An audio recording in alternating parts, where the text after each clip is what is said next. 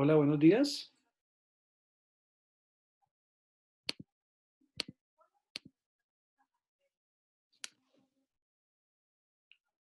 Hola, Sebastián, buenos días.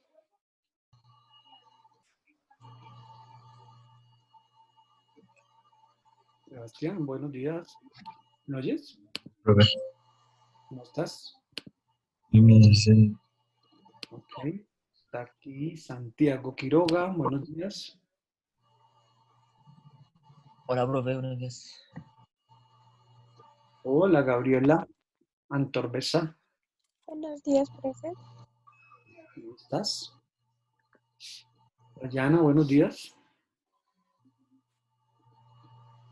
Michelle, buenos días. ¿Te funciona bien el micrófono, Michelle? Buenos días, profesor señor. Maravilla. Hola, Javier, buenos días. Buenos días, profe. Bueno, ahí van llegando. Déjame un segundito, voy a enviarle la presentación a Jason y voy a decirle para que él se comunique conmigo.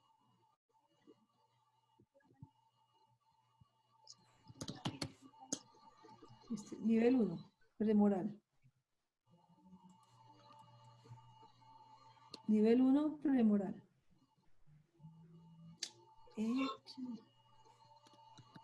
Nivel 1, premoral. Hola, Patricia. Ay, me escucho. Vea, profe. Hola, profe. Hola, veo que estás muy con el desarrollo moral, está muy bien. Sí. One moment, please.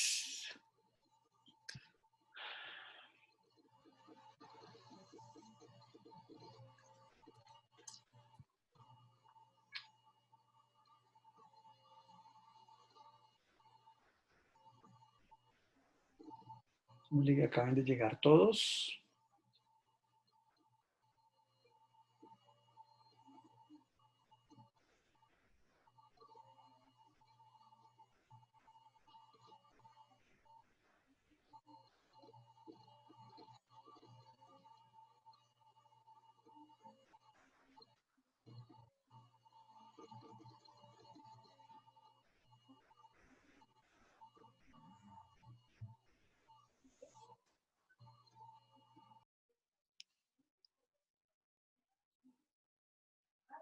Bueno, demos 2 minuticos y con eso mientras yo le envío aquí también a Jason la presentación y arranco.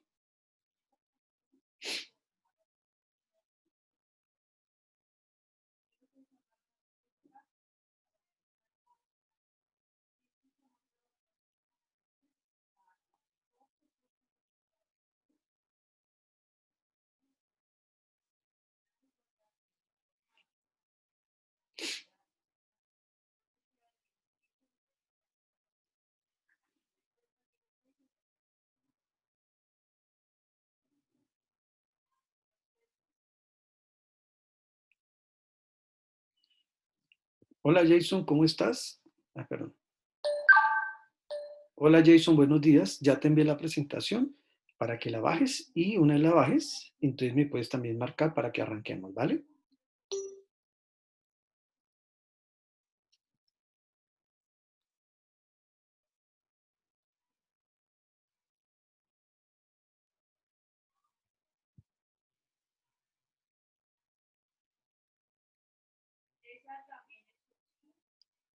Bueno, voy a ir aquí alistando la presentación.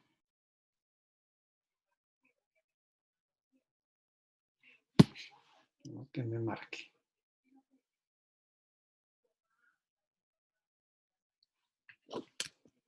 Bueno, un paréntesis, el profesor Carlos Avendaño nos mandó un mensaje, un correo, pidiéndoles que por favor hagan la evaluación docente de todos los profesores. Entonces, para que por favor la vayan haciendo. ¿Ustedes ya la hicieron? ¿La de todos los profes? No, señor, ¿en qué parte está? Ahí ustedes les enviaron, hola Jason, perdón. Jason, buenos días. Hola, profe, ¿cómo estás? Bien, bien. Ah, bueno. ¿Ahí te llegó la presentación bien? Sí, sí, señor. Bueno, para que las bajan.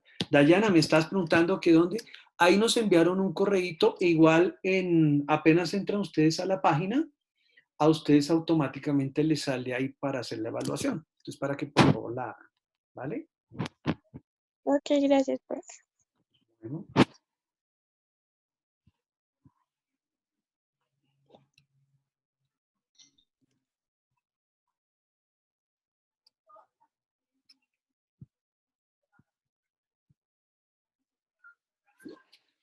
Bueno, hoy vamos a hablar del desarrollo moral. Como el tiempo es oro, voy a ir arrancando. Por favor, me van ayudando porque como estoy viendo la diapositiva completa, no alcanzo a darme cuenta todo el tiempo de los chats ni de quién falta por entrar, porque sé que faltan algunas personas, entonces ustedes me van diciendo para ayudarles a admitir, ¿vale? Por favor, ¿me ayudan? Bueno, una pregunta. ¿Leyeron el articulito que les di? Era cortico, sobre el desarrollo moral. ¿Alguien que quiera comentar, antes de yo arrancar, que quiera comentar qué leyeron del desarrollo moral?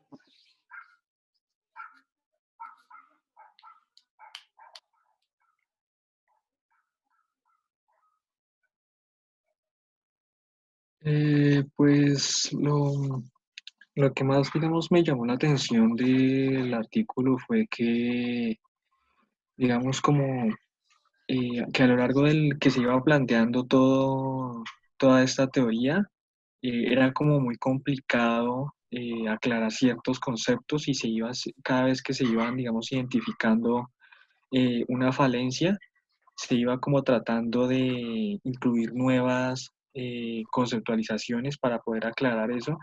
Entonces sí me llamó la atención fue que también que era como muy basado en las teorías piagetianas del ciclo de los estadios del ciclo vital. Entonces sí me llamó la atención eso de que el juicio moral va, digamos, como desde lo más concreto a lo más abstracto y se va desarrollando con la adquisición de nuevas habilidades cognitivas. Pero entonces sí me llamó la atención, digamos, que haya sido como que sea tan complejo el estudio de este tipo de juicios morales. Muy bien, doctor. Muchas gracias. Perfecto. Profe, que si le ayuda a entrar a Milena. Un momento. Sí, mientras voy dando aquí entrar, lo que dice Javier es muy cierto. Colbert fue discípulo de Piaget, ¿cierto? Y él, pues obvio que se basó mucho en esa perspectiva también en principio estructuralista, tuvo algunos acercamientos y como vieron hay algunos distanciamientos de esa postura original de Piaget, pero sí resaltó bastante cómo el desarrollo moral va muy de la mano con el desarrollo cognitivo, ¿no? Entonces, ese es un elemento importante que nos plantea la lectura. Muy bien. ¿Quién más quiere decir algo de lo que leyeron?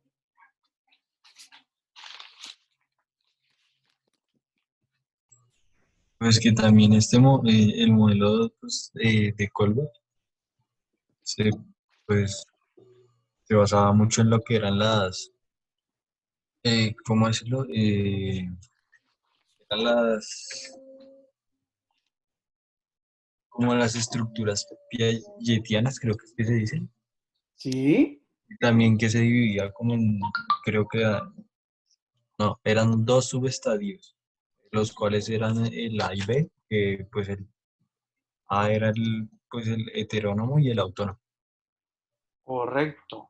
Le da bastante énfasis a eso, cómo esos dos niveles o estadios atraviesan cada una de las etapas, ¿no? De los periodos que él plantea.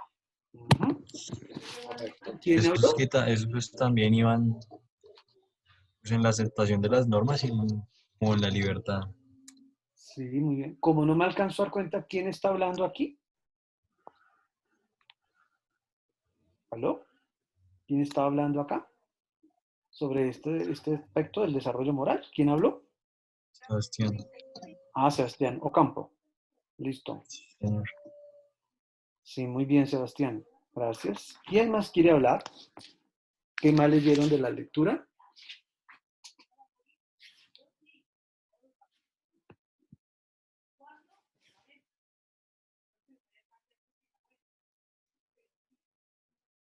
¿Algo más que les haya llamado la atención?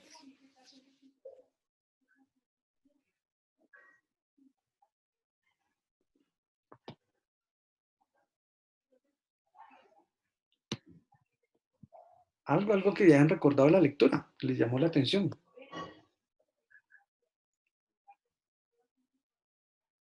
¿Nadie más, seguro? ¿Nadie se anima a decir algo, lo que le llamó la atención o preguntar algo?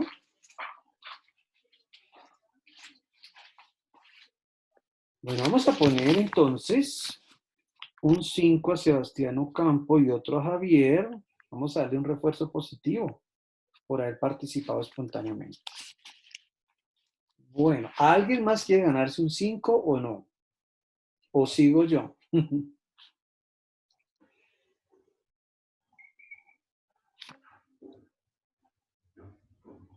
¿Nadie más? Bueno, entonces yo sigo. Listo.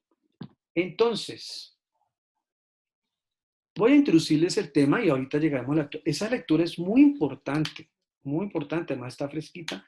Fijo, hiper mega fijo, les va a salir en el examen. Pero no quiero que se les olvide todo lo que vamos a hablar hoy. Pero esa lectura me voy a basar bastante. Entonces, porfa, si no la han hecho, revísenla. Bueno, para hablar del desarrollo moral, en la psicología el ciclo de vida es muy importante. Y en ese sentido hay muchos tópicos o conceptos que están muy relacionados con este tema, como son la misma moral, la ética, la deontología, la bioética y la psicoética. Vamos a ver todos ellos antes de llegar a este tema que ustedes revisaron en la lectura. Entonces, voy a empezar por el tema de la moral. ¿Y esto por qué se estudia en ciclo de la vida? Primero que todo, tener en cuenta, estamos llegando al penúltimo proceso del desarrollo del ciclo de la vida que vemos en este curso. Nos queda, este es el último del desarrollo normal y ya llegaremos al tema de la muerte. ¿Qué es la moral? La moral, como ven allí, hace referencia a costumbres. Es una palabra que viene en latín que es moros o mores, que significa costumbres. Conjunto de reglas y normas adquiridas por hábito. Según este autor, Sánchez, 2005, como ven allí, quiere decir que es algo que se puede ir aprendiendo por fortuna. No nacimos ya de una vez con el comportamiento moral instaurado. Es algo que el medio, el ambiente familiar, social, académico, la comunidad en general, nos lo va a ir moldeando. Vamos aprendiendo unas reglas que, como dice, se adquieren por hábito. Es decir, uno interioriza ese patrón de conducta, aprende a discriminar qué es lo correcto de lo incorrecto. Entonces, la moral es aquel comportamiento que nos permite discriminar cuando algo bueno o cuando es algo malo, cuando algo beneficia a muchos, cuando beneficia a pocos. ¿Sí? Son reglas que son sancionadas socialmente y que nos permiten direccionar y regular nuestro comportamiento. Entonces, si es un comportamiento, por eso la moral también es objeto de estudio del psicólogo. Fíjense que el psicólogo estudia el comportamiento humano y los procesos mentales en general. Entonces, un comportamiento dentro de muchos que estudiamos es el comportamiento moral. Pero hay una disciplina o una ciencia filosófica específica que estudia la moralidad, que es la ética. La ética viene, como ven allí, del griego que significa ethos, que significa modo de ser, carácter. ¿Sí? Ahí vemos, es una forma de vida adquirida por el hombre. Todos tenemos una ética. De hecho, la ética es una sola. Uno tiene una ética del cuidado, se habla de eso hoy en día. Uno tiene una ética para las relaciones familiares, para actuar con el vecino, para actuar en la sociedad. Es una forma adquirida, aprendida. Este autor también nos señala que es un conjunto sistemático de conocimientos racionales y objetivos acerca del comportamiento humano y moral. Quiere decir que el objeto de estudio de la ética, que es la disciplina que estudia la moral, es el comportamiento moral. ¿Sí? Así como para la psicología, el objeto de estudio de la psicología es el comportamiento, específicamente en la ética es el comportamiento moral. ¿Mm? Implica conocimientos racionales y sistemáticos porque se nutre de muchas disciplinas de la filosofía, de la antropología, de la psicología, de la sociología, de muchas disciplinas para poder reflexionar sobre este comportamiento. Entonces, por eso también se considera la ética como una ciencia filosófica encargada de estudiar o reflexionar sobre la moral. Algunos también la definen como una disciplina filosófica que estudia el comportamiento moral del hombre en sociedad. Eso es muy importante. Necesariamente tiene un componente relacional, ¿sí? Porque en la medida en que yo me comporto de una manera ética, ejerzo un comportamiento moral, claro que me va a impactar no solamente a mí, sino a los otros. ¿Mm? Entonces, tiene ese componente de interacción con los demás. Miren nomás, doctores, que hoy en día todo este fenómeno que estamos viviendo del coronavirus, de que nos toca aislarnos, de que tenemos que asumir una serie de comportamientos para no hacer daño al otro, ¿sí o no? Y desafortunadamente ustedes lo están viendo todos los días en las noticias, que hay personas que violan, digamos, la restricción. Nos han dicho, mire, no salga, use tapabocas, si usted tiene que salir es bajo estas condiciones. Y aún así uno ve personas que evidencian comportamientos que no solamente los afectan a ellos mismos, sino a los demás. ¿Mm? Entonces miren que este momento del ciclo de la vida que estamos viviendo todos en estos momentos de la vida, tiene que ver con un comportamiento ético. Desafortunadamente ustedes han visto que hay personas, incluso veía ayer en las noticias que han cogido un montón de personas presas porque organizaban unas fiestas sexuales, unas cosas loquísimas. Y dice, pero ¿qué está pasando? Ese es un comportamiento que no es ético, que moralmente va en contra de la salud, de la integridad de las personas. Uno se preguntaría, ¿cuáles son los principios que rigen estas personas para que evidencien esos comportamientos?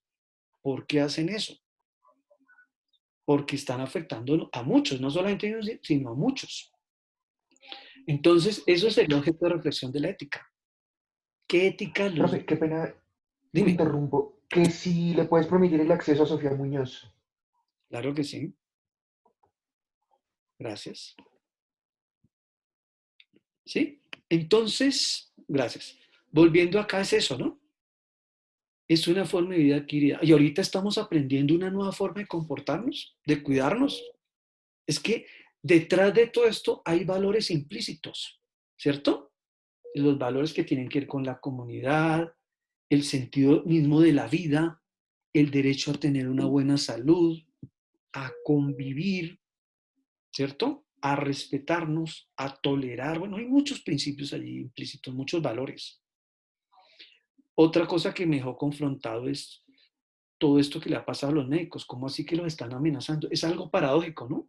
El médico que es el que ahorita, todos son importantes, pero el médico ahorita es muy sensible porque es el que nos va a ayudar a cuidar, a curarnos a las personas que pronto presenten alguna situación. ¿Y cómo así que los atacan? Ah, que es que usted va a contagiar a otros. No, pero él está cumpliendo una función. Antes está poniendo en riesgo su propia vida por cuidar a otros, por ayudarlos a curarse o no. Entonces uno se pregunta, ¿qué hay detrás de esa reflexión, de ese comportamiento, de esas actitudes en las personas para que lleguen hasta allá? Entonces, eso es objeto de reflexión también de la ética. Y obvio que trata también, podríamos analizarlo de lo psicológico, que ya vamos a hablar de ello. ¿Ustedes me van siguiendo hasta ahí? ¿Me están escuchando todo bien? Sí, profe. Sí, señor. Muy bien. Ustedes me interrumpen, me preguntan cuántas veces sea necesario. Bueno. Y un campo dentro de la ética es la deontología. Ustedes han tenido ya bastante acercamiento. La deontología, como su nombre dice, es una ciencia del deber.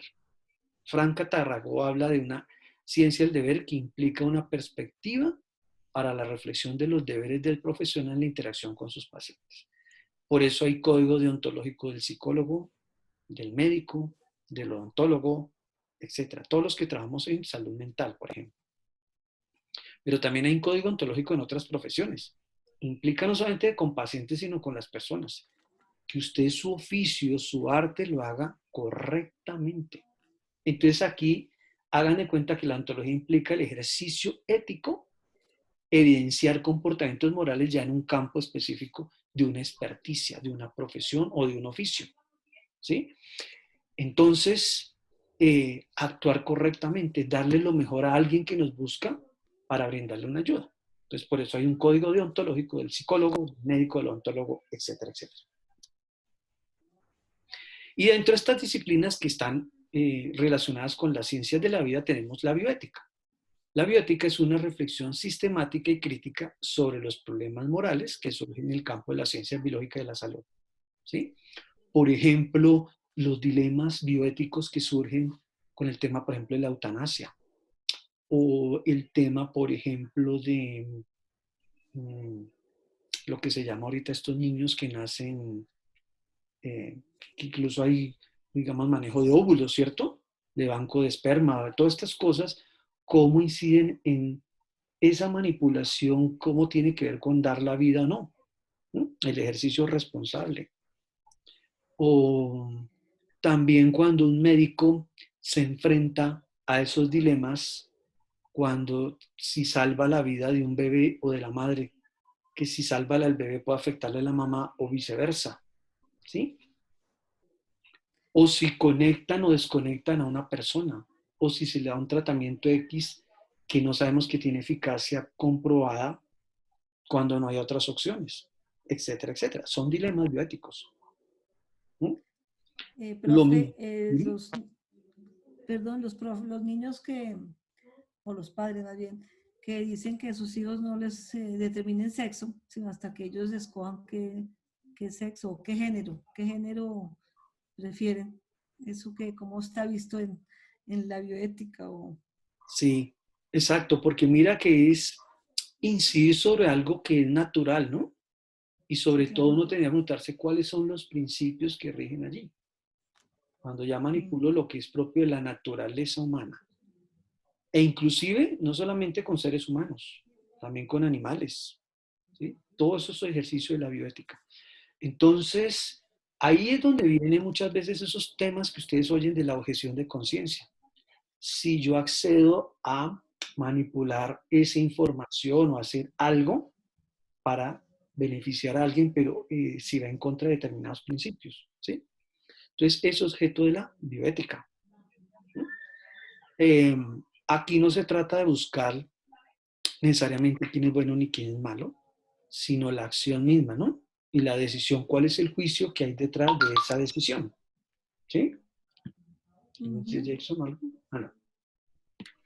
Entonces, todo eso es objeto de la bioética. Entonces, todas las ciencias biológicas, ¿sí? Que tienen que ver con el ejercicio responsable, respetuoso de la naturaleza humana.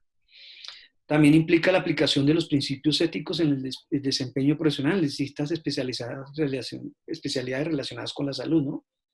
Por ejemplo, que tristemente lo vemos como este ejercicio correcto, bioético, se ve muchas veces interferido por factores externos, por ejemplo, incluso administrativos, políticos, económicos. Les pongo el ejemplo típico que vimos con frecuencia las personas cuando tenemos que ir a buscar un servicio de salud. Uno va donde el médico y el médico quisiera a veces formularle un determinado medicamento específico que sabemos que tiene probada eficacia, pero que el POS no lo cubre. Entonces muchas veces formula un medicamento que puede ser bueno, pero no tan bueno como otro. Eso tiene que ver con un dilema bioético. Porque no le están dando lo mejor a esa persona, tiene que ver con el principio de la beneficencia, lo que mejor funciona, ¿no? O también típico, yo no sé si a usted le ha pasado, yo veo a muchos sí, nos ha pasado o tenemos a alguien cercano donde piden una cita, está muy mal, enferma y le dan la cita por ahí para 3, 4 meses. O personas que duran 1 o 2 años esperando que le autoricen una cirugía. ¿Cómo es posible? ¿Cierto? Entonces ahí vemos cómo el ejercicio bioético se ve interferido incluso por factores administrativos, incluso económicos, etcétera, de diferente índole. ¿Ya no? Entonces uno tendría que decir, todas las personas tendríamos derecho a tener una buena atención en salud, ¿cierto? Y no solamente por cuestión de estratos, no, porque es la condición, la naturaleza humana, ¿cierto? Debería darse lo mejor y a tiempo. Pero desafortunadamente ocurren estas variables que interfieren en ese ejercicio adecuado. Y ustedes lo saben muy bien, los costos que se pagan incluso con la vida muchas veces, ¿no? De las personas. Aquí estos autores también entonces nos dicen que la bioética es un proceso de contrastación de los hechos biológicos con los valores humanos, a fin de globalizar los juicios sobre las situaciones y de esta forma mejorar la toma de decisiones incrementando su corrección y calidad. Entonces, en el ejercicio de las disciplinas que tienen que ver con la salud, tendríamos que tener en cuenta cuáles son los valores, los principios que orientan nuestro actuar. El del médico, ya les decía el psicólogo, todos los profesionales que estamos con disciplinas que tienen que ver con la vida, ¿cierto? ¿Cuál es el principio que hay allí? Y con base en qué valores usted está analizando y tomando unos juicios para orientar unos comportamientos, unas decisiones. En última, se esperaría que esos valores y esos juicios estén basados en principios universales, donde se respeten las condiciones dignas que debe recibir una persona y que respondan a su propia naturaleza, a lo que necesita para seguir un curso de vida adecuado. Dentro de las disciplinas que tienen que ver con la bioética, ¿cierto? Tenemos la psicoética, que esa nos corresponde específicamente a nosotros. Entonces ahí vemos la disciplina que tiene como objeto de estudio los problemas éticos en relación, de la relación que se establece entre el paciente y profesionales de la salud mental. Claro, este autor se centra un poquitico más en una mirada clínica, pero la psicoética abarca cualquier campo aplicado a la psicología.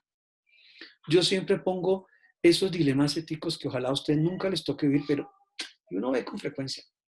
Por ejemplo, psicólogo organizacional. Trabaja en una empresa, digamos, en el área de selección. Lo ponen a hacer selección de personal. Resulta que hace la convocatoria para un cargo, ¿cierto?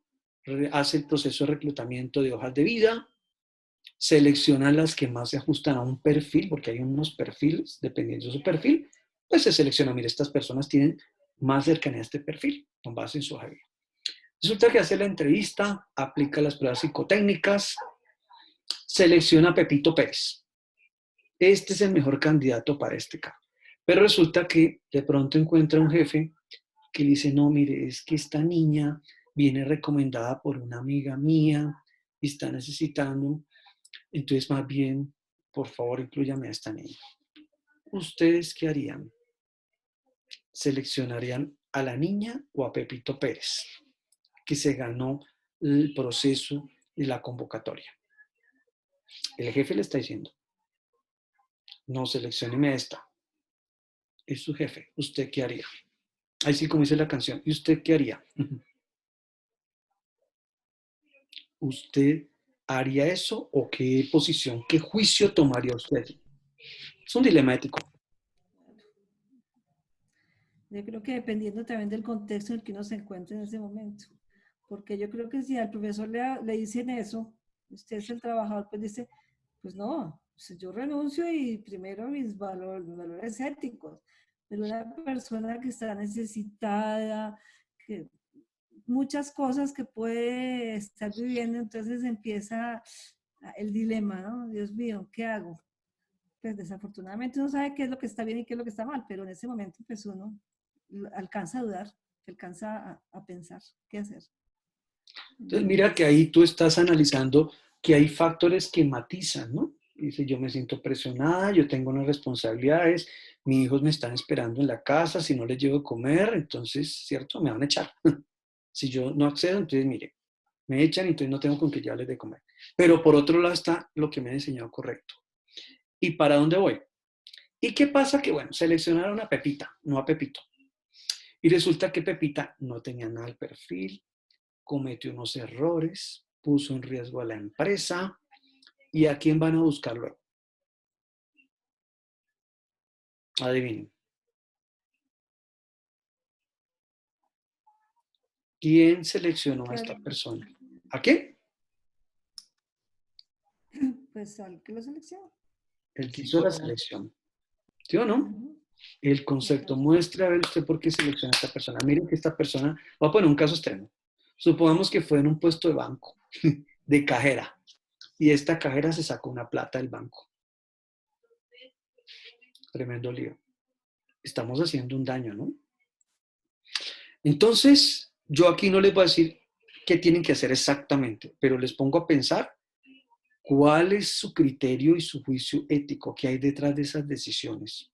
Porque uno se puede ir por la fácil, pero miren todas las cosas No solamente le hago daño a esa persona que estoy seleccionando porque la estoy ubicando en un cargo que no corresponde a su perfil, le puedo poner riesgo a la empresa. Y fuera de eso también yo. En últimas, tarde que temprano se me vuelve. Les voy a poner otro. Que ojalá nunca lo van a hacer. Un paciente, cisben 1, por poner un nombre, extremo. Y tengo un paciente estrato 6. Y ambos llegan unos papás con sus niños a que les aplique una prueba de inteligencia. Resulta que el de cisben 1 me paga solamente 1.000 pesos porque no tiene con qué más pagar. Si me paga más, no tiene para el bus. En cambio, el de estrato 6 me va a pagar por cada sesión, por decir algo, 150.000 pesos.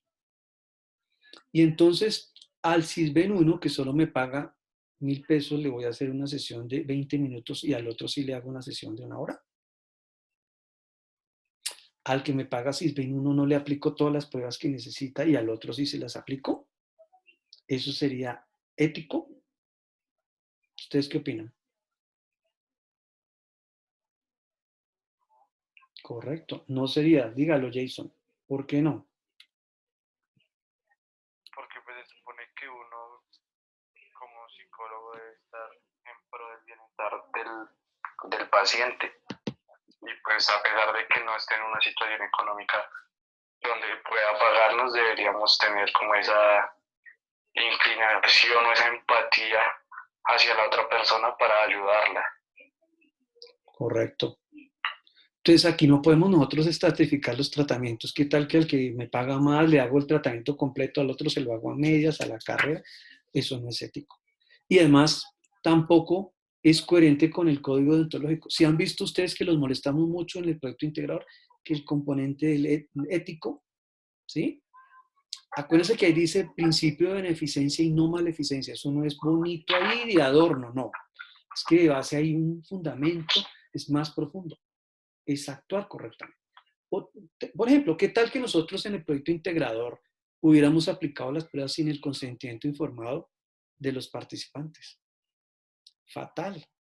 ¿O qué tal? Yo sé que con usted no va a pasar. ¿Qué tal que ustedes después aplicaron las pruebas y conocen a alguno de las personas que contestó? ¡Ay, mire lo que contestó! Y entonces le comenta a la amiga. Terrible. Violó la confidencialidad. Fatal. Y después hasta nos pueden investigar. Hasta nos pueden quitar la tarjeta profesional. Entonces, miren, yo por qué les hago estas reflexiones. No se les olvide, siempre actuar correctamente. No porque lo toque, ni porque lo diga el profesor Jaime, ni porque el código. Es que es una ética. Y además, perdón, va con su ética personal, ¿cierto? ¿Cuáles son los valores que rigen su vida? ¿Sí? Esos principios superiores. Entonces, este aspecto es muy importante tenerlo presente. Bien. Entonces, ¿cuáles son los factores que influyen justamente en un juicio ético? Hay, como ven, los valores, el contexto y el desarrollo. ¿Sí? Los valores. Entonces, los valores hacen referencia a cualidades, esto también lo plantea Franca Tarragón, cualidades y creencias que se consideran convenientes e importantes. Dice, son ideas internalizadas que rigen las acciones. Como son internalizadas, quiere decir que son aprendidas. ¿De dónde? De personas que han sido significativas en mi vida, en el ciclo de mi vida, ¿cierto? Entonces, por ejemplo, los que quieran decirme aquí, ¿cuáles son los valores que rigen su vida? Digan algunos. Por ejemplo, para mí es muy importante este por esto y por esto. El que quiere decir un valor que rige su vida y que ha internalizado. Están muy tímidos, Dios mío. Entonces, Laura, no, perdón, Michelle Mora. Michelle María de Los Ángeles. Michelle Mora, ¿estás ahí? Aquí estoy. Sí, señor. Compártenos, ¿cuáles son los valores que tú dices, profe? Para mí un valor muy importante es este. Rige tu vida.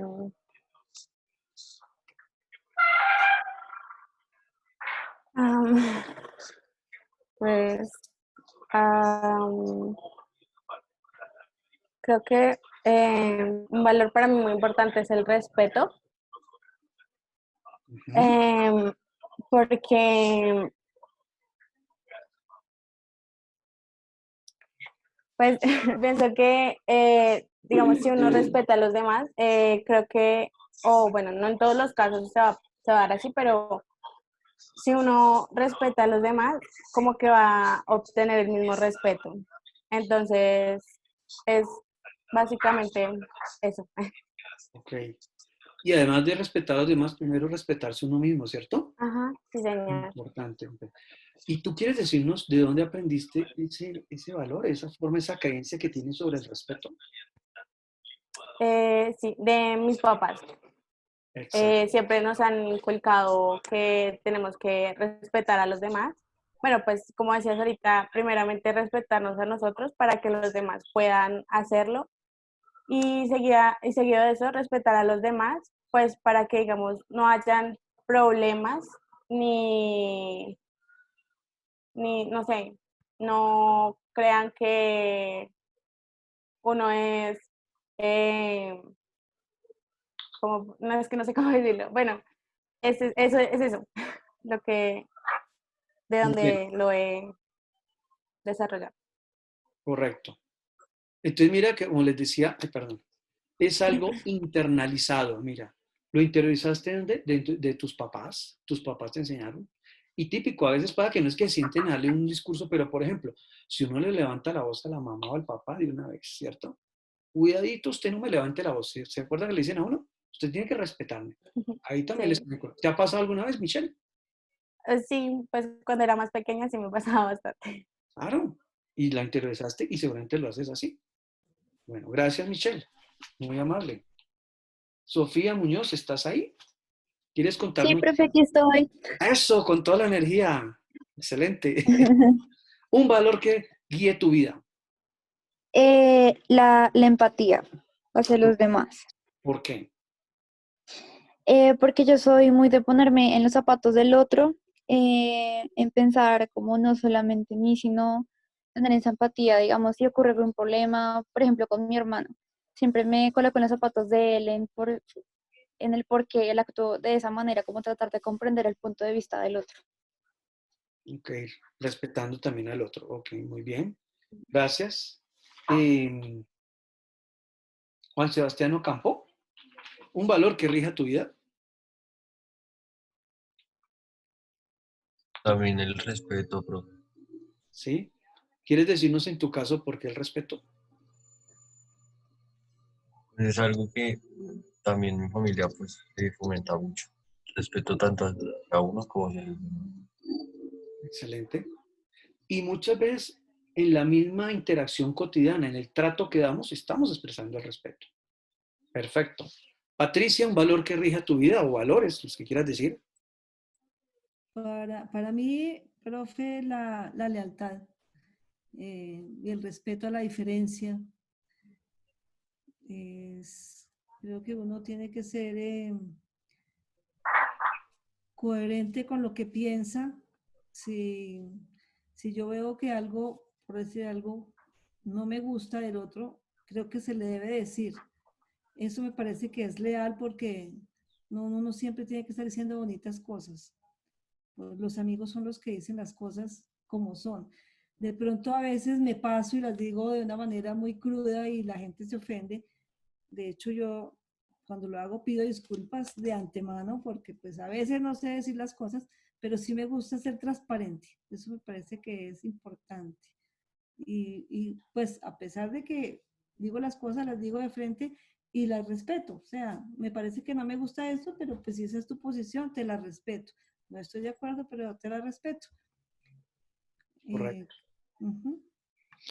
Entonces miren que estos valores que cada uno tiene, aquí podemos quedarnos toda la mañana insertando sobre los valores.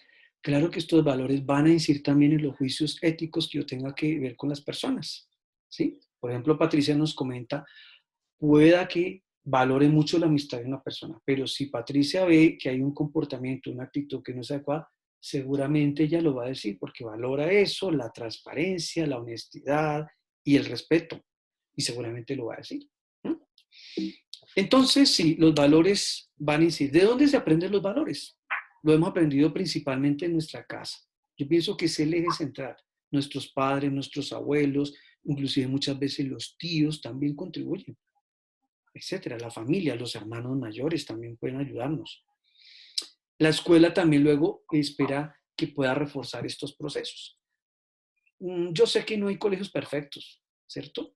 Pero sí los colegios tienen una serie de valores que los identifican, una filosofía que nos transmiten a todos, ¿sí o no? Cuando está el manual de convivencia, detrás de eso hay unos valores, principios que guían esa formación que nos han dado en nuestros colegios, incluso en la misma universidad. Mire que hay unos principios, los principios, por ejemplo, franciscanos que aquí tenemos, ¿no? Entonces, saben que para nosotros aquí es muy importante la fraternidad, el trato fraterno, el trabajar en equipo. Por eso ustedes ven, yo sé que cuesta un poco, pero el hecho de que exista el proyecto integrador, ahí tiene que ver con fraternidad, porque usted tiene que aprender a respetar la diferencia, el punto de vista distinto al suyo, aprender a concertar, a trabajar en equipo. Eso es parte de una pedagogía franciscana. Los mismos profes, ustedes se han dado cuenta, no pensamos igual, por fortuna. También tenemos diferencias, pero también aprendemos a concertar, nos escuchamos. Implica mucha escucha activa. Eso es parte de una pedagogía franciscana. El respeto mismo, los principios del respeto a la naturaleza. Y no solamente la naturaleza en términos de las maticas, los animalitos, claro, es importante, muy importante, pero también la naturaleza humana. ¿Sí? Todos esos son principios que en el caso de la San Buenaventura tratamos de transmitirle a ustedes. ¿Sí? Miren que para nosotros los profesores, los estudiantes no son un código. No, señores. Miren que cuando yo los llamo, yo no digo el código 4335, ¿cuáles son sus valores? No. Yo digo Pepito, Juanito, lo que sea. Es una persona la que está enfrente allí. ¿Sí? Ahorita que incluso antes de la clase, yo tengo desde las 7 de la mañana una supervisión de tesis. Y mis estudiantes hoy estaban haciéndome el ensayo de cómo van a sustentar la tesis. Y entonces, pequeños detalles, pero que son importantes.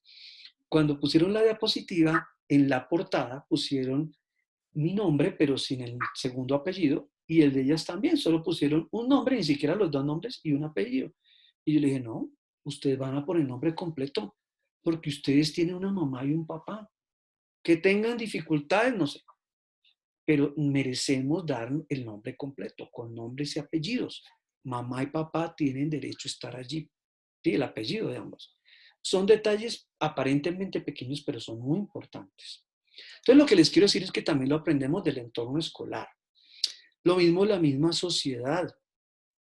El ejemplo que les ponía ahorita que estamos viviendo a prueba, ahora es cuando más valores como la solidaridad, el apoyo mutuo, el respeto al otro, el sentido de la vida son valores muy importantes que tenemos que fortalecer. Yo creo que los tenemos, pero nos toca fortalecerlos más. ¿Sí? Y siempre en estar independientemente con o sin COVID, deberíamos tenerlos. ¿Sí? La misma cultura nos enseña también. Miren que cuando uno se comporta inadecuadamente, le dicen es que no tiene cultura, ¿cierto? Y cuando uno hace actos honestos, trata bien a las personas y dice, sí, esta persona es culta. Culta no es solamente el que sabe mucho, sino que sabe aprender a respetar, a tratar a los demás. ¿Sí? Lee los contextos y actúa en consecuencia. También aprendemos valores de la amistad. Yo sé que todos tienen amigos especiales o amigas especiales. Esa persona con que ustedes se conectan. ¿Sí o no? Entonces, miremos, hablemos de la amistad. Muy importante. Si no quieren dar nombre, no se tienen que dar. Por ejemplo, Natalia Callejas. Yo te vi por aquí. Hola Natalia, bienvenida. Natalia, cuéntame qué valoras de alguna de las amigas o amigos, o como dicen ustedes, amiguis, que tienen ellos. Yo valoro a esta amiga o a este amigo por tal y tal razón. ¿Qué valores le admiras tú? Que tú dices, te conectan con lo que eres tú. No sé, profe, la lealtad. Mi mejor amiga es muy, muy leal y me quiere mucho. Ella demuestra mucho como que existe como un vínculo especial entre nosotras dos. Entonces es como muy, muy importante. Qué bueno, a conservar esa amistad. Sí. Muy bien. Javier Balbuena, ¿quieres contarnos? ¿Algún amigo, amiguis, compadres o comadre que tenga? Sí, yo tengo un gran amigo desde el colegio y pues siempre me he sentido muy cómodo hablando con él y siempre ha sido como también un apoyo grande, aunque pues ya en la actualidad no hablamos demasiado. Claro, me imagino sus ocupaciones y todo, a veces puede dificultar, pero hay que conservar esa amistad, ¿no? Sí, Sería bueno echarle una llamadita, ¿no? señor. Levante la mano derecha, Javier. Diga, prometo, profe, que voy a volver a contactar a este amigo que es muy importante en mi vida. Bueno, muy bien. Gracias, Javier. Bien. También interiorizamos valores con la profesión misma. La misma, el ejercicio de la psicología, ustedes ya se han dado cuenta todo el tiempo, por eso no vemos una materia aparte de ética. Está inmersa durante todo el proceso de su formación. ¿Sí? Y entonces implica ejercer adecuadamente nuestra profesión. ¿Cuáles son los valores? ¿Cierto? Ahorita hablaba Jason de tratar bien a los pacientes, de darles lo mejor, ¿m? De utilizar pruebas que tengan un fundamento científico. Cuando uno les dice, póngame en el instrumento la confiabilidad y la validez, no es terquedad del profe Anderson y del profe Jaime Moreno, no. Es que está diciendo, oiga, esto tiene ciertos alcances, este instrumento tiene cierta validez, permite evaluar el constructo de determinada manera hasta cierto punto. Entonces, de base también hay un componente. ¿Qué tal ustedes aplicando pruebas por allá? Esta vez va a ser una cosa descabellada de la revista Cosmopolitan. A veces salen por ahí cosas, cuestionarios. ¿Qué tal? Citando la revista Cosmopolitan. ¿Cómo les parece eso? Sería como esquizofrénico, ¿cierto? Pero sería además antiético. Entonces tenemos que buscar las fuentes, todo eso. Yo los he molestado también en la asesoría. Las citas, las referencias. No es terquedad, ni que seamos escueleros. Es que le estamos diciendo, ahí también hay un fundamento ético. Estamos diciendo, no estoy haciendo plagio. Estoy dándole los créditos al autor que se tomó un tiempo en hacer un trabajo, en investigar y en publicar. Entonces yo no puedo coger el párrafo y pegarlo tal cual como si fuera mío. ¿Sí? Entonces detrás de eso hay un componente ético. ¿Cuál es el valor? Eso tiene que ver con la honestidad. ¿Sí o no? Entonces ya nos van entendiendo por qué los molestamos con eso, ¿cierto? Bueno, y las organizaciones pues también. Cada institución, cada organización tiene sus valores, su filosofía. De pronto los que ya han tenido la oportunidad de trabajar en alguna empresa saben que las empresas tienen sus valores, ¿cierto?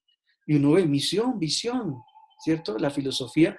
Todo eso también lleva a que uno, si se identifica con esa organización, pues probablemente esté allí. Si ustedes no se identifican con determinada organización, pues uno diría, no, yo no comparto estos valores.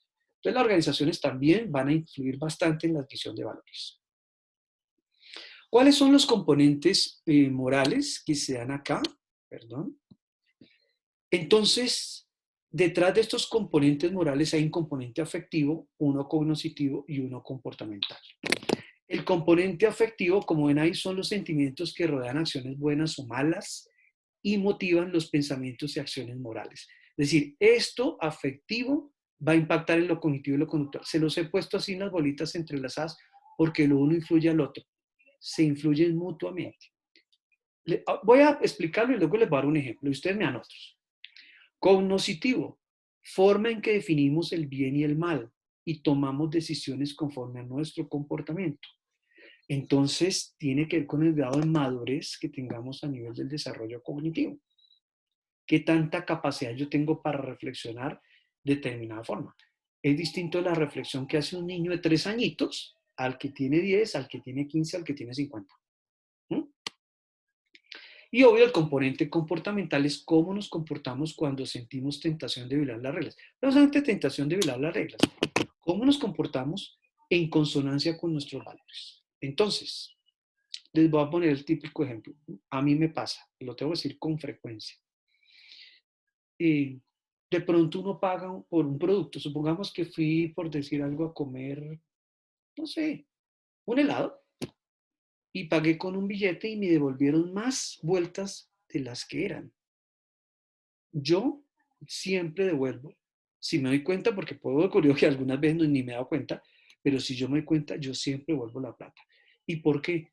Porque efectivamente, sobre todo, yo no me sentiría bien, no solamente a nivel cognitivo, sé que no es correcto, estoy recibiendo una plata que no es mía, y por ende a nivel comportamental devuelvo el dinero, le digo, mira, tú me diste más vueltas, pero además, supongamos que yo me hubiera ido con esa plata, yo no me la he podido disfrutar. Digo, esto no es mío, ¿sí? Va y me genera una disonancia con lo que yo creo que es correcto y lo incorrecto. ¿A alguien de ustedes le ha pasado alguna experiencia donde digan, no, esto no, y lo devuelven o hacen algo? ¿Alguien que quiera comentar? ¿Ha sido una experiencia en concreto? Yo, profe. Diego, cuéntanos. Bueno, lo que pasó es que estaba en... Eso fue en un McDonald's. Fui con mi novia y pedimos un helado, los dos. Sí, precisamente el ejemplo que pusiste. Pedimos un helado y cada uno, y yo pagué con un billete de 50. Cuando me dieron las vueltas, pues yo normal, las recibí. Yo casi nunca cuento las vueltas porque pues yo soy una persona como muy confiada. Cuando fue que comimos el helado, empezamos a caminar, pasaron como 2 horas cuando nos dio hambre. Entonces nosotros dijimos, no, pues vamos a comer tal cosa. Cuando me saqué la plata del bolsillo y conté la plata, porque yo solo llevaba ese billete de 50, cuando la conté eran los mismos 50.000 pesos, pero en diferentes billetes. Sí, o sea, me habían devuelto los mismos 50, pero pues como en billetes de 10 y de 5. Entonces yo fui a devolver el dinero, pero pues cuando regresé la muchacha que me había atendido ya no estaba. Mm, Entonces ahí me ok. mantuvieron otro rato porque me dijeron, ¿seguro que usted no pagó con otro billete? Que no sé qué. Yo le dije, no. Dijo, entonces llamaron el gerente, o sea, eso fue súper raro. Yo le dije, no, mire, lo que pasó fue esto, esto y esto. Dijo, ah, bueno, qué bien que hayan personas honestas, que no sé qué. Yo dije, bueno, gracias. Pero pues yo no lo sentí como hacer el bien, sino simplemente hacer lo que tocaba. ¿Tú cómo te sentiste ante la reacción del gerente cuando te dijo eso? Normal. Yo la verdad, pues, que me halaguen por hacer algo que debería hacer cualquier persona, pues, no es como mérito para mí. Exacto. Es lo que Para mí, debe ser. exacto. O sea, es la lógica, es lo lógico. No debe hacer las cosas que son lógicas. Correcto. Muy bien. Gracias, Diego. ¿Y qué hubiera pasado, Diego, antes de que te desconectes ahí? Ujú. ¿Qué hubiera pasado si tú te hubieras quedado callado? ¿Cómo te hubieras sentido? Horrible. La verdad sí me hubiera sentido horrible porque pues primero que nada, no solo le estoy robando al local, pues uno puede decir, no, pero es que usted cómo se le ocurre si McDonald's es de mucha plata. Pero lo que pasa es que esa plata que usted paga también es para pagarle a los trabajadores. Ahora, donde lleguen a faltar plata, lo que pasa es que viene un problema es para la muchacha que me estaba atendiendo. Entonces, por mi deshonestidad, por haberme quedado con ese dinero, la muchacha incluso pudo haberse perdido su trabajo, que incluso puede ser el único trabajo que tiene, sea que esté ayudándolos a la familia con ese dinero, se esté pagando su universidad. Para lo que sea que estoy utilizando ese dinero, yo solo con haberme llevado esos 50.000 pesos le puedo estar poniendo en peligro se puede decir el bienestar de una persona. Correcto. ¿Qué valores están implícitos detrás de tu juicio moral y de tu actuar de manera En moral? esa situación, ¿Mm? en primer lugar, la honestidad, Ok. ¿sí? La honestidad, el ser honesto, el decir la verdad, en reconocer, pues, esa, que uno pues también se equivoca, sí, de que la muchacha se equivocó, yo me equivoqué, yo no, pues por no haber contado las vueltas en su momento, en el momento en el que estaba ahí. La responsabilidad, sí, de que uno como acabé de decir, uno no tiene la responsabilidad solo con uno mismo, sino con la otra persona que pues, fue la que lo atendió a uno. Eh, ¿Qué más podría ser? No, yo creo que esas dos más que todo. Sí. Cuando tú dices yo me sentiría horrible si me hubiera quedado con esa plata, descríbeme los sentimientos que hubiera sentido. Culpa, Exacto. sí. En primer lugar sería la culpa. Sí que ese es como, yo cuando siento culpa, eso como dicen por ahí, como decía mi abuelito, me carcome el alma. Sí, entonces pues eso lo va destruyendo a uno de a poquito y como que cada vez se vuelve más fuerte esa culpa, esa vocecita dentro que le está diciendo, vea, usted hizo esto y no lo corrigió. Correcto. Y es interno. ¿De dónde lo Ujú. aprendiste? ¿De dónde aprendiste tú a ser honesto? Pues principalmente de mis papás, pero una persona que influyó bastante en ese pensamiento fue mi abuelo Argemiro. Él ha sido muy influyente en mi vida, me enseñó muchísimas cosas. El papá de mi mamá. Correcto. Muy bien, gracias, Diego. Entonces aquí vemos con lo que nos comparte Diego, los sentimientos que él tenía era, pues, me se hubiera sentido horrible, pero no, él se sintió muy bien cuando actuó devolviendo el dinero, porque cognitivamente tiene la creencia de que uno debe ser honesto.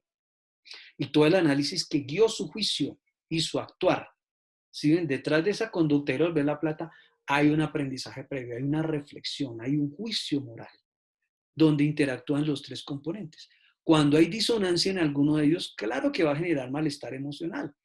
Entonces él diría, claro, yo sé que hay que ser honesto y si él se hubiera quedado con la plata, seguramente se hubiera sentido culpable. Cuando dice horrible, una culpa terrible. Habría una disonancia, hay un desbalance en esas tres cosas. ¿Sí? ¿Es claro ello?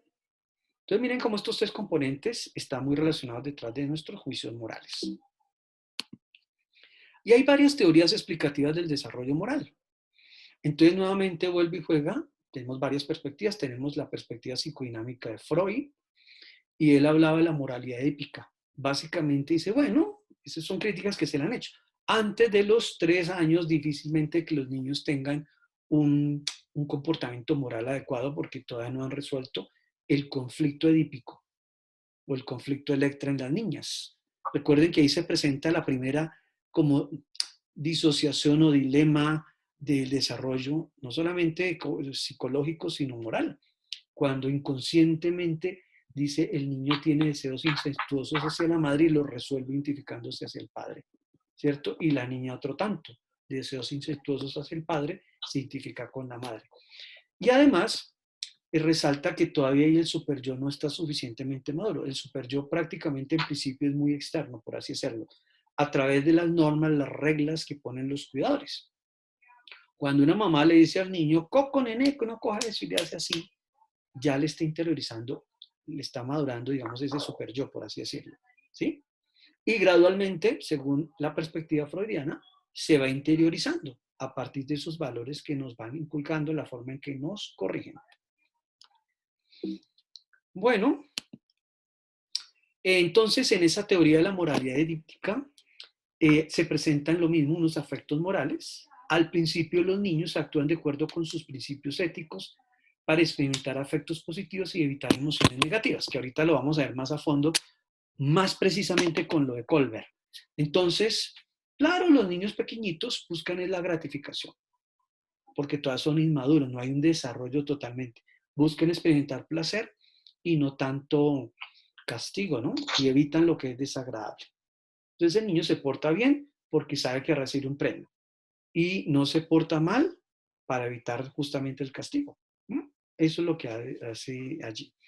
Y entonces dice Freud que el desarrollo moral ocurre durante el periodo fálico cuando los niños ya interiorizan esas normas del padre del mismo sexo, resuelven el conflicto, como les decía anteriormente, se identifican, pero esto se va a ir consolidando a lo largo del ciclo de la vida, ¿no? Cuando va interiorizando más normas y reglas que va imponiendo en principio los padres, luego la escuela, la sociedad, etc.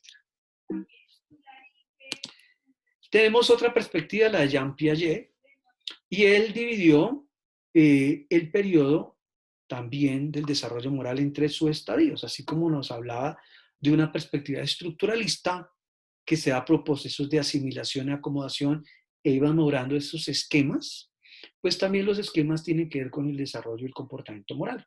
Entonces, en principio, como ven allí, el primer estadio lo llama el periodo premoral.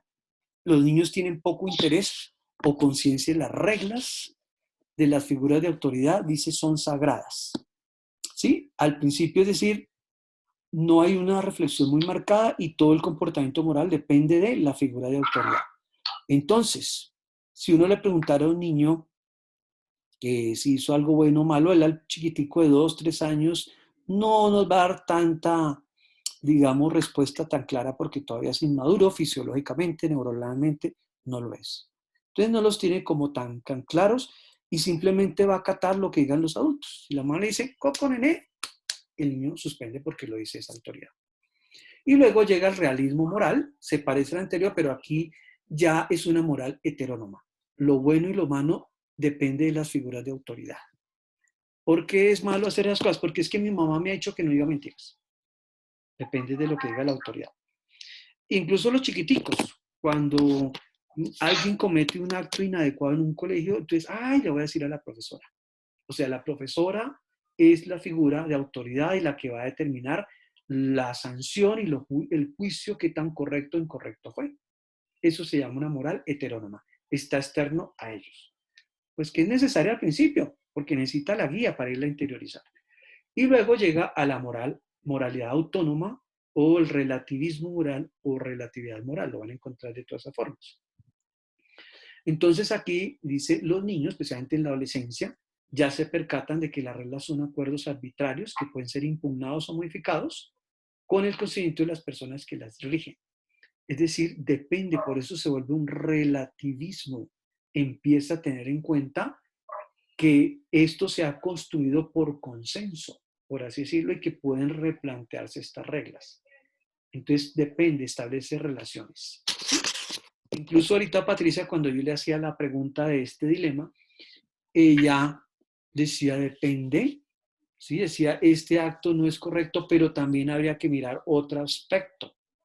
Lo que nos hablaba de esta persona, si su puesto depende de esa decisión, entonces empiezan a sopesar otras razones que llevaron a que la persona actuara de una u otra manera. Eso es el relativismo moral. Y hay tipos de moral, la moral convencional y la moral racional. Entonces la moral convencional, como su nombre dice, cuando siempre hablamos de convencional, es que está guiada por convenciones, por acuerdos. Tiene que ver mucho con lo que se llama el contrato social, ¿sí? Por consenso. Entonces son reglas que pueden ser coercitivas, que rigen la obediencia y producen castigo a quien las viole. Porque se han establecido, hay unas leyes, hay unas normas que hay que seguir. Si se viola la norma, pues tiene una sanción, ¿sí? ¿Y qué hay detrás de esa norma o esa convención? Implican una serie de principios que son sagrados, que dan sustento a la convivencia social. Lleva al individuo a hacerlo acostumbrado a lo que se sigue que haga, sin plantearse si es válido o no. Les voy a poner ejemplo, un ejemplo típico de moral convencional, que obvio que la necesitamos. Si usted se pasa un semáforo en rojo, le van a poner un parte, punto. Y hoy en día con todo esto de las cámaras, ¿sí o no? ¿Por qué? Porque si se pasa el semáforo en rojo, está violando una norma que se ha establecido por consenso que cuando un semáforo en rojo, los carros deben detenerse, porque deben pasar los peatones. Y además todos los riesgos que hay. Pero sabemos que detrás de esa norma hay un fundamento y que va a permitir tener una convivencia. Imagínense que ninguno respetáramos los semáforos en rojo, como desafortunadamente pasa con frecuencia. Y pasa lo que pasa, ¿no? Los accidentes, bueno, todas estas cosas. Otra norma que se ha construido en este tiempo y que no la han tenido que imponer, ¿no?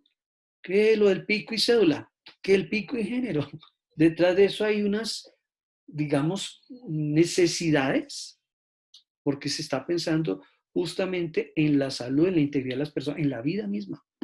Entonces, por tal motivo dice, no salgan tantos. Otra norma que hay ahorita, que tenemos que salir con el tapabocas todos, ¿sí o no? No solamente aquí en Colombia, en muchos países lo están haciendo, porque sabemos que esto nos va a proteger hasta cierto punto, ¿cierto? Es tratando de garantizar una convivencia. Y sabemos que cuando no se cumple, pues se da la sanción, ¿sí? Entonces esperamos ir adquiriendo ese hábito y que se pueda cumplir. No sabemos hasta cuándo, ¿no?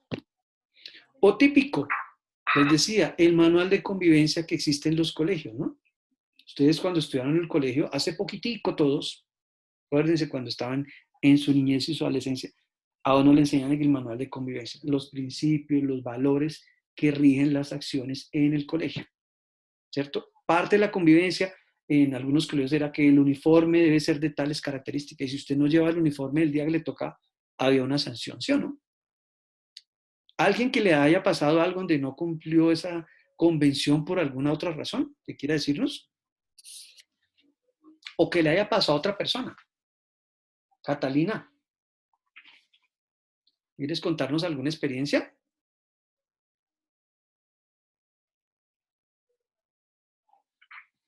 Catalina María de los Ángeles, ¿estás ahí? Profe, Catalina no está. Oh, Catalina no está, se le cayó el internet. ya le estoy dando a entrar. Bueno, entonces, ¿quién me contestó? ¿Quién habló? Isabela. Isabela, gracias Isabela. por querer participar voluntariamente. ¿Quieres contarnos una experiencia que tú hayas visto?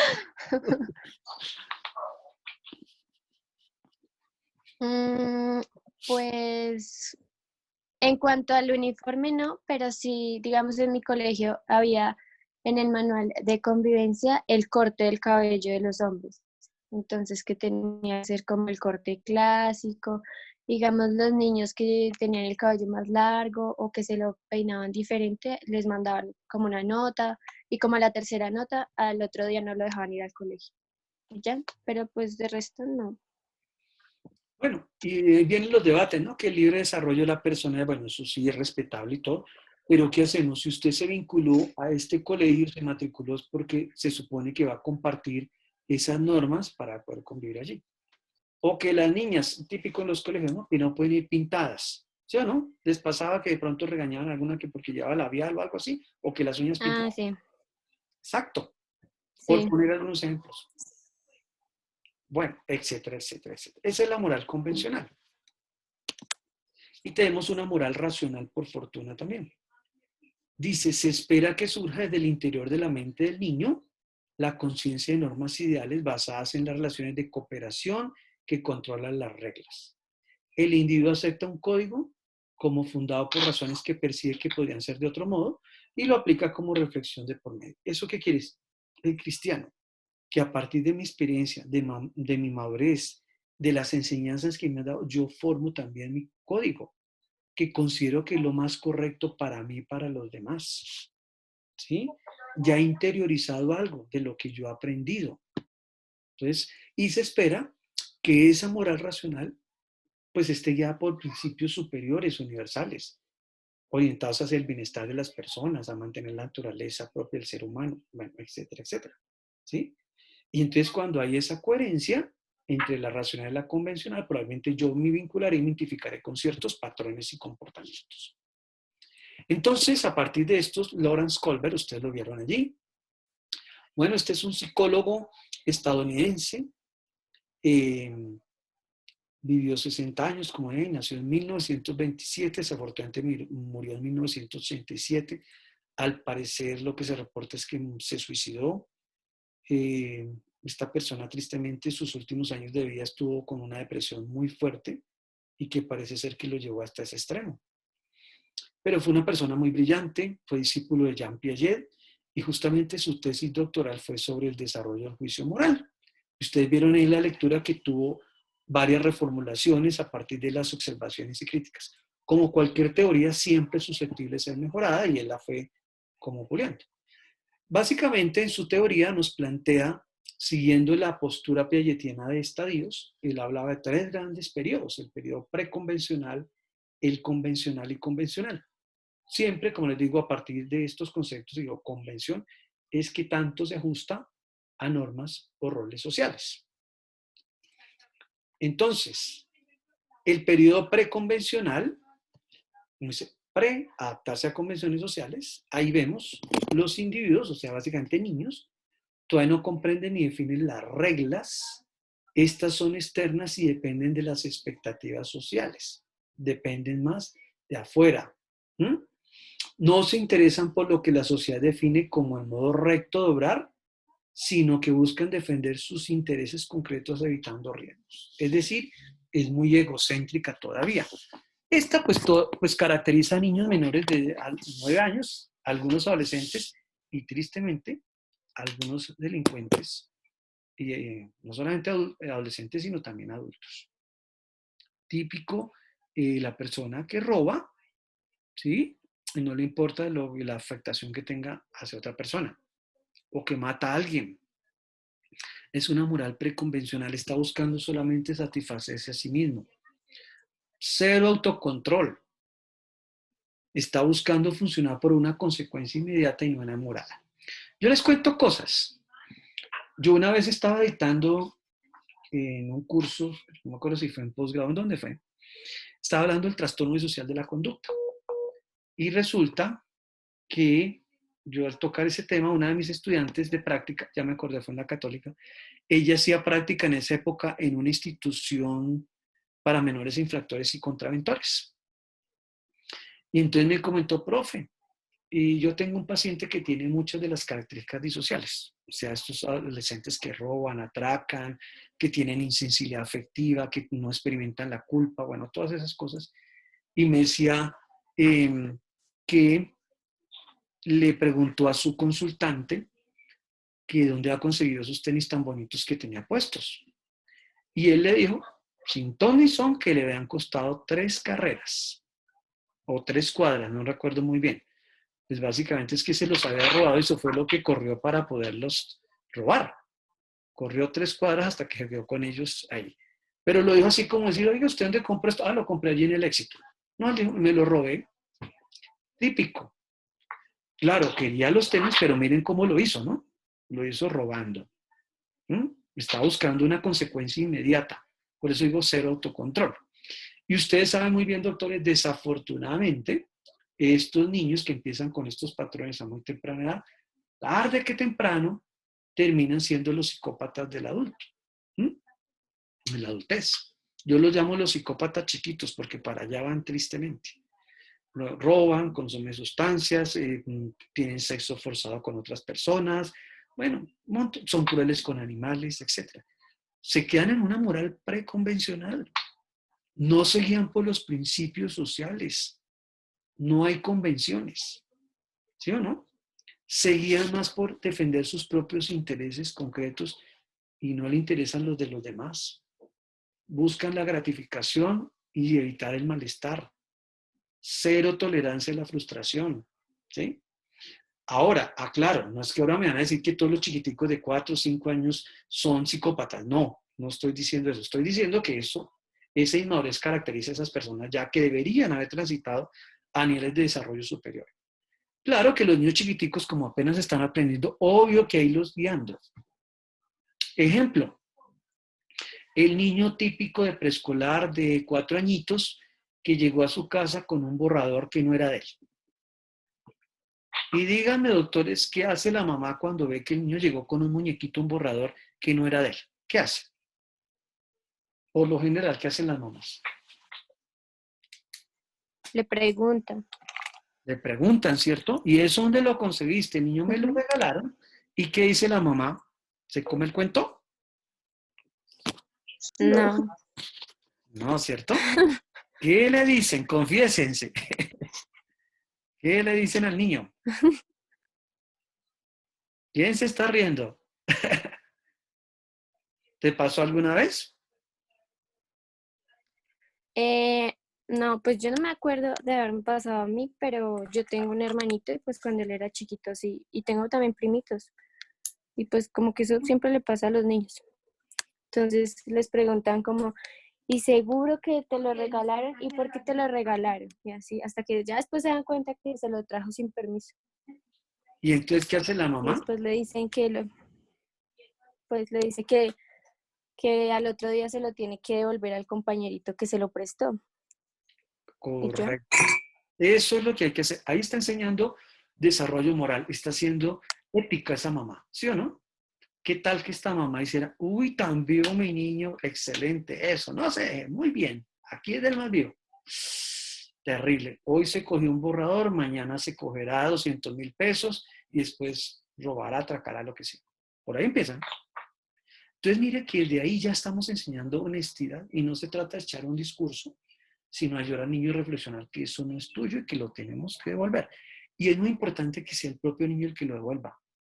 Le están enseñando a guiarse por un principio que es el de la honestidad. Por poner un ejemplo. Pero además nos han enseñado que una convención es que no debemos coger lo que no es nuestro, nada ajeno. Este periodo lo viven en dos subestadios, el estadio de la moral heterónoma y el estadio 2 del individualismo, propósito, instrumental, intercambio. La moral heterónoma implica la orientación, castigo, obediencia y perspectiva social egocéntrica. ¿Eso en cristiano qué quiere decir? Que un niño en estos periodos todavía es muy inmaduro, entonces él evidencia o hace comportamientos para evitar que lo castiguen y obedece porque sabe que recibe un premio, ¿cierto? Entonces, y típico, mientras el niño aprende se le enseña esas cosas. Si tú haces la tarea, tienes tal cosa. Si me dices mentira, no sales a jugar. O a veces a los papás que les pegan y todo esto que ya hemos dicho que el castigo físico no es lo mejor. Pero el niño empieza a comportarse para evitar un castigo y obedece porque si obedece le van a dar algo bueno, ¿cierto? Por eso vemos todavía una perspectiva todavía muy egocéntrica. Es muy centrada en buscar gratificación porque si evidencia, si hace algo, tiene un premio. Eso es muy egocéntrico y evita el castigo. Pero la moralidad, es decir, lo bueno o lo malo depende todavía de afuera. Por eso es heterónoma. Y luego transita a un estadio 2, todavía es mucho individualismo, y se llama el propósito instrumental intercambio. La orientación instrumental relativista y dice una perspectiva social concreta. ¿Eso qué quiere decir? La ley del talión, ojo por ojo, diente por diente. Si tú me ayudas a hacer este dibujo, yo también te ayudo a hacer esta cosa. Si tú me pegas, yo te pego. ¿Sí o no? E inclusive empieza a presentar lo que se llama la justicia inmanente. Entonces, por ejemplo, el niño que iba corriendo y se cayó. Y entonces se cayó y se raspó. Entonces dice, Dios me castigó porque yo salí corriendo por haberle pegado a mi primito. Entonces por eso Dios me castigó. Entonces siempre hay una justicia inmanente. Él cree que siempre los actos, todo eso está siendo visto por alguien superior, por un Dios superior. Y entonces él se tiene que comportar así. Y típico que a veces, eso es bonito, se le refuerza a los niños de chiquiticos. Si tú no te portas bien, el niño Dios no te va a traer nada de regalos a final de año. ¿Sí? Y entonces el niño se porta bien porque Dios le va a traer el regalo. ¿Sí ven? A eso se refiere. Es muy en ese sentido. Bueno, yo sé que ustedes también se portan bien y estudian mucho ciclo de vida porque quieren que el niño Dios les traiga regalos a final de año. ¿Sí o no, niños? Sí, Juan Sebastián Martínez. Luis Sebastián Martínez, digo. Claramente, profe. Y Sebastián, el otro Sebastián que se me olvidó, Campo, ¿también te portas bien o no? Para que el niño Dios te traiga regalos a final de año. Sí, señor. Bueno, yo les voy a mandar, espero que ustedes me autoricen, mandarle ese 5 en el parcial final a sus papás y que les dé el regalo porque se están portando muy bien en este curso de ciclo de vida. ¿Ustedes me van a dar esa oportunidad o no? Por supuesto que sí, profe. Yo veré ese parcial cómo va a estar. Muy bien. Pero por fortuna ustedes trascienden y transitan a más niveles superiores. Tenemos el nivel convencional. Entonces aquí vemos, los individuos se someten a reglas, expectativas y convenciones de la sociedad o la autoridad y las defienden por ello mismo. Entonces el niño, como les decía, se ajusta mucho a la norma, porque es así, tiene que cumplirse. Aquí en esta perspectiva se reconoce que son miembros de una sociedad, toman en cuenta el grupo, se espera que actúe de acuerdo a las normas, por lo que se empeñan bien su rol y protegen sus intereses de la sociedad y los propios. Dice aquí, caracteriza a la mayoría de los adolescentes de otras diferentes sociedades. Ejemplo típico, las convenciones incluso que están muchas veces implícitas en las casas. Pueda que no sean explícitas a veces, pero sí son implícitas. Que todos tenemos que comer, por decir algo, en familia a las 7. Que hay que saludar a los papás por la mañana o a la profesora cuando se llega al colegio. Que, no sé, que hay que entrar a las 7 de la mañana a clase. Por poner un ejemplo así, se guían por convenciones. Que voy a pasar la cebra y no voy a pasar por la mitad de la calle. Se espera, existen esas convenciones. Inclusive muchas veces los niños le corrigen a uno. Ay, mira que tú no hiciste esto por tal razón. ¿Sí? No pasaste por la cebra. O el papá que se pasó a veces va manejando con los niños al lado ahí y el niño a veces le dice, ay papá, te pasaste el semáforo en rojo. Qué pena. Terrible, ¿no? que a veces el niño le enseña convenciones al adulto. Y este periodo, recordar, o este nivel se divide en dos subestadios, que es el estadio 3 y el estadio 4. El 3 se llama relaciones, expectativas interpersonales mutuas y de conformidad interpersonal. Aquí en este estadio hay una orientación interpersonal de concordancia, es una perspectiva social individual en las relaciones con otro individuo. Es decir, las reglas, las leyes existen para permitir establecer esa interacción adecuada, mutua. Es mutua. Miren que hay un puente entre la ley del talión que les decía el estadio 2 y este. Sí, se espera que sea doble vía. Se espera que yo me comporte bien y que tú también. Se espera que yo te trate bien y que tú también me trates adecuadamente. Y luego se pasa al estadio 4.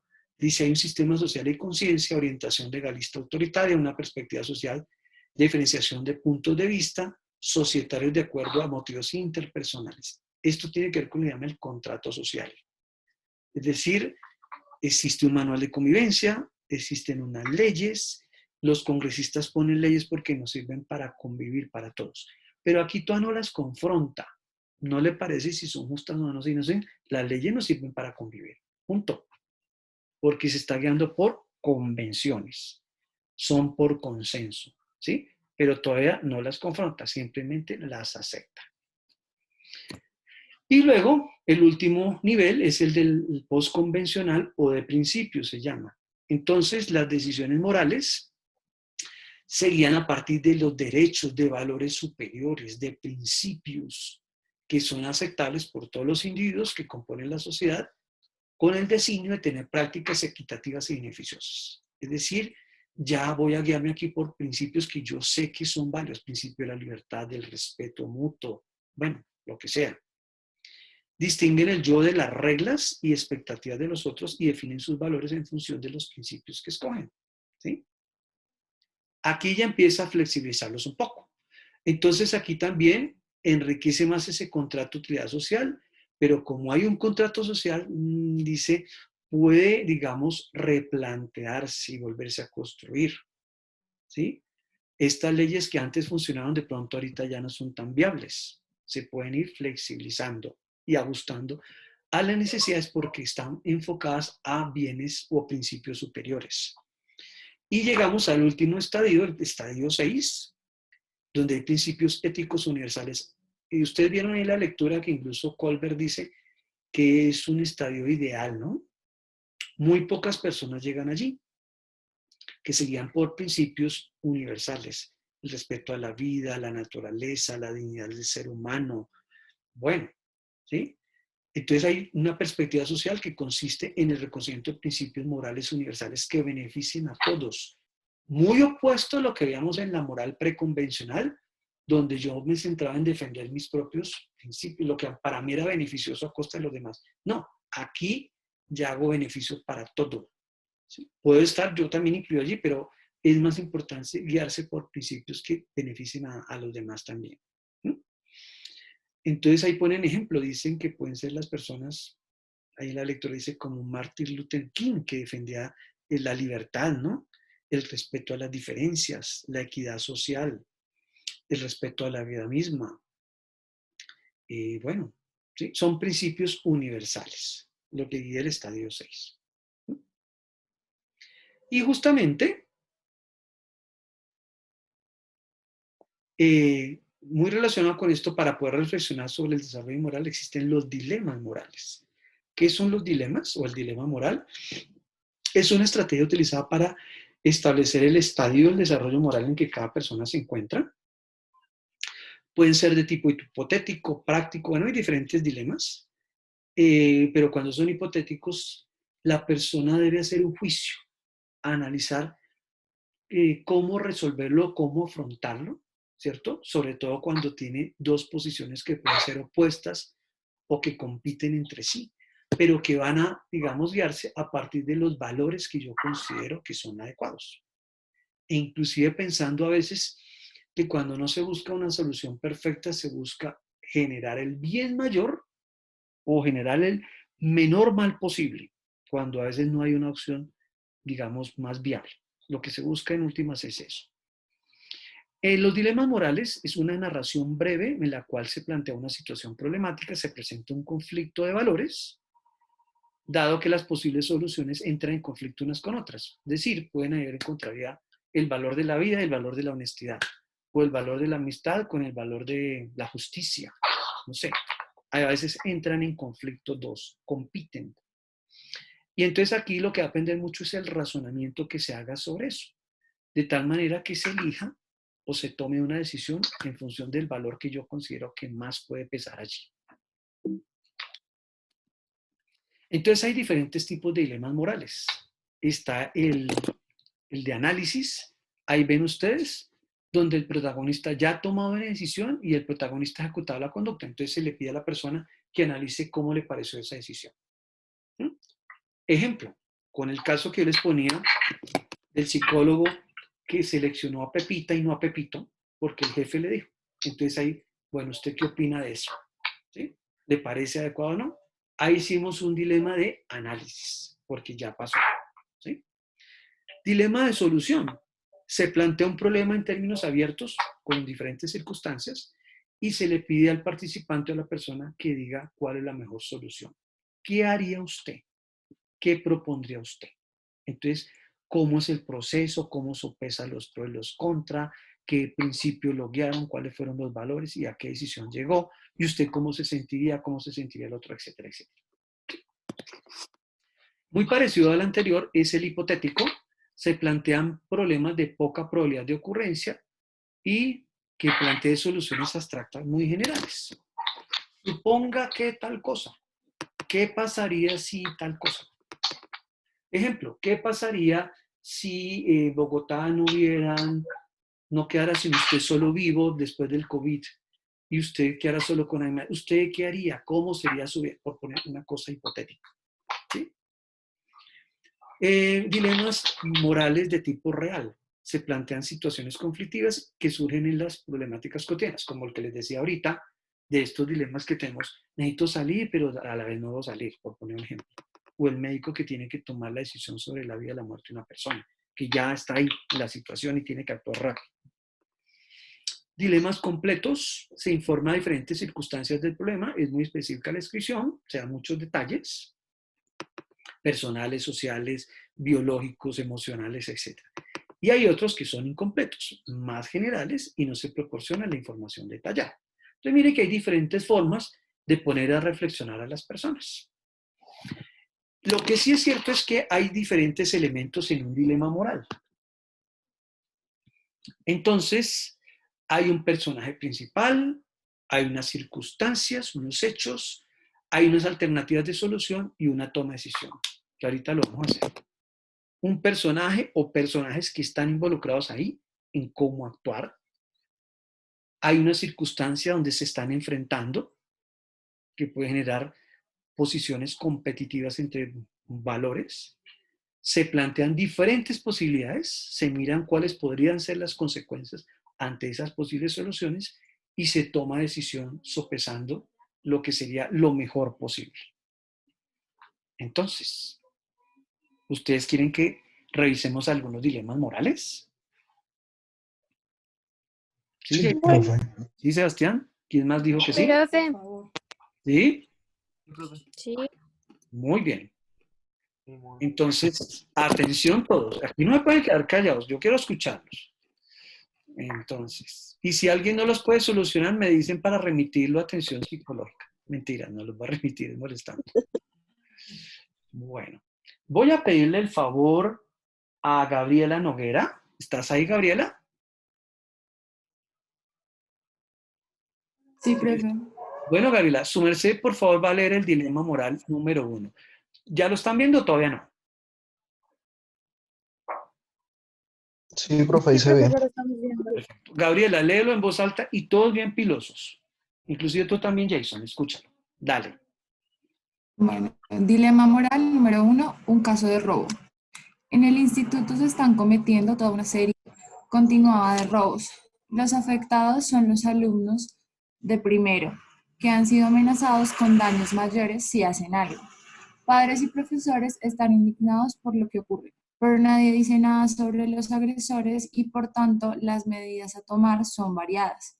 Han amenazado con cerrar el instituto y con hacer registros a todos los alumnos. María, alumna de tercero, conoce a los ladrones. Son alumnos de tercero y quien lo capitanea es amigo de ella. Ha comentado con su amigo que está muy mal que les robe y sobre todo que les amenace. El jefe le ha dicho que se meta a sus asuntos si quiere que sigan siendo amigos.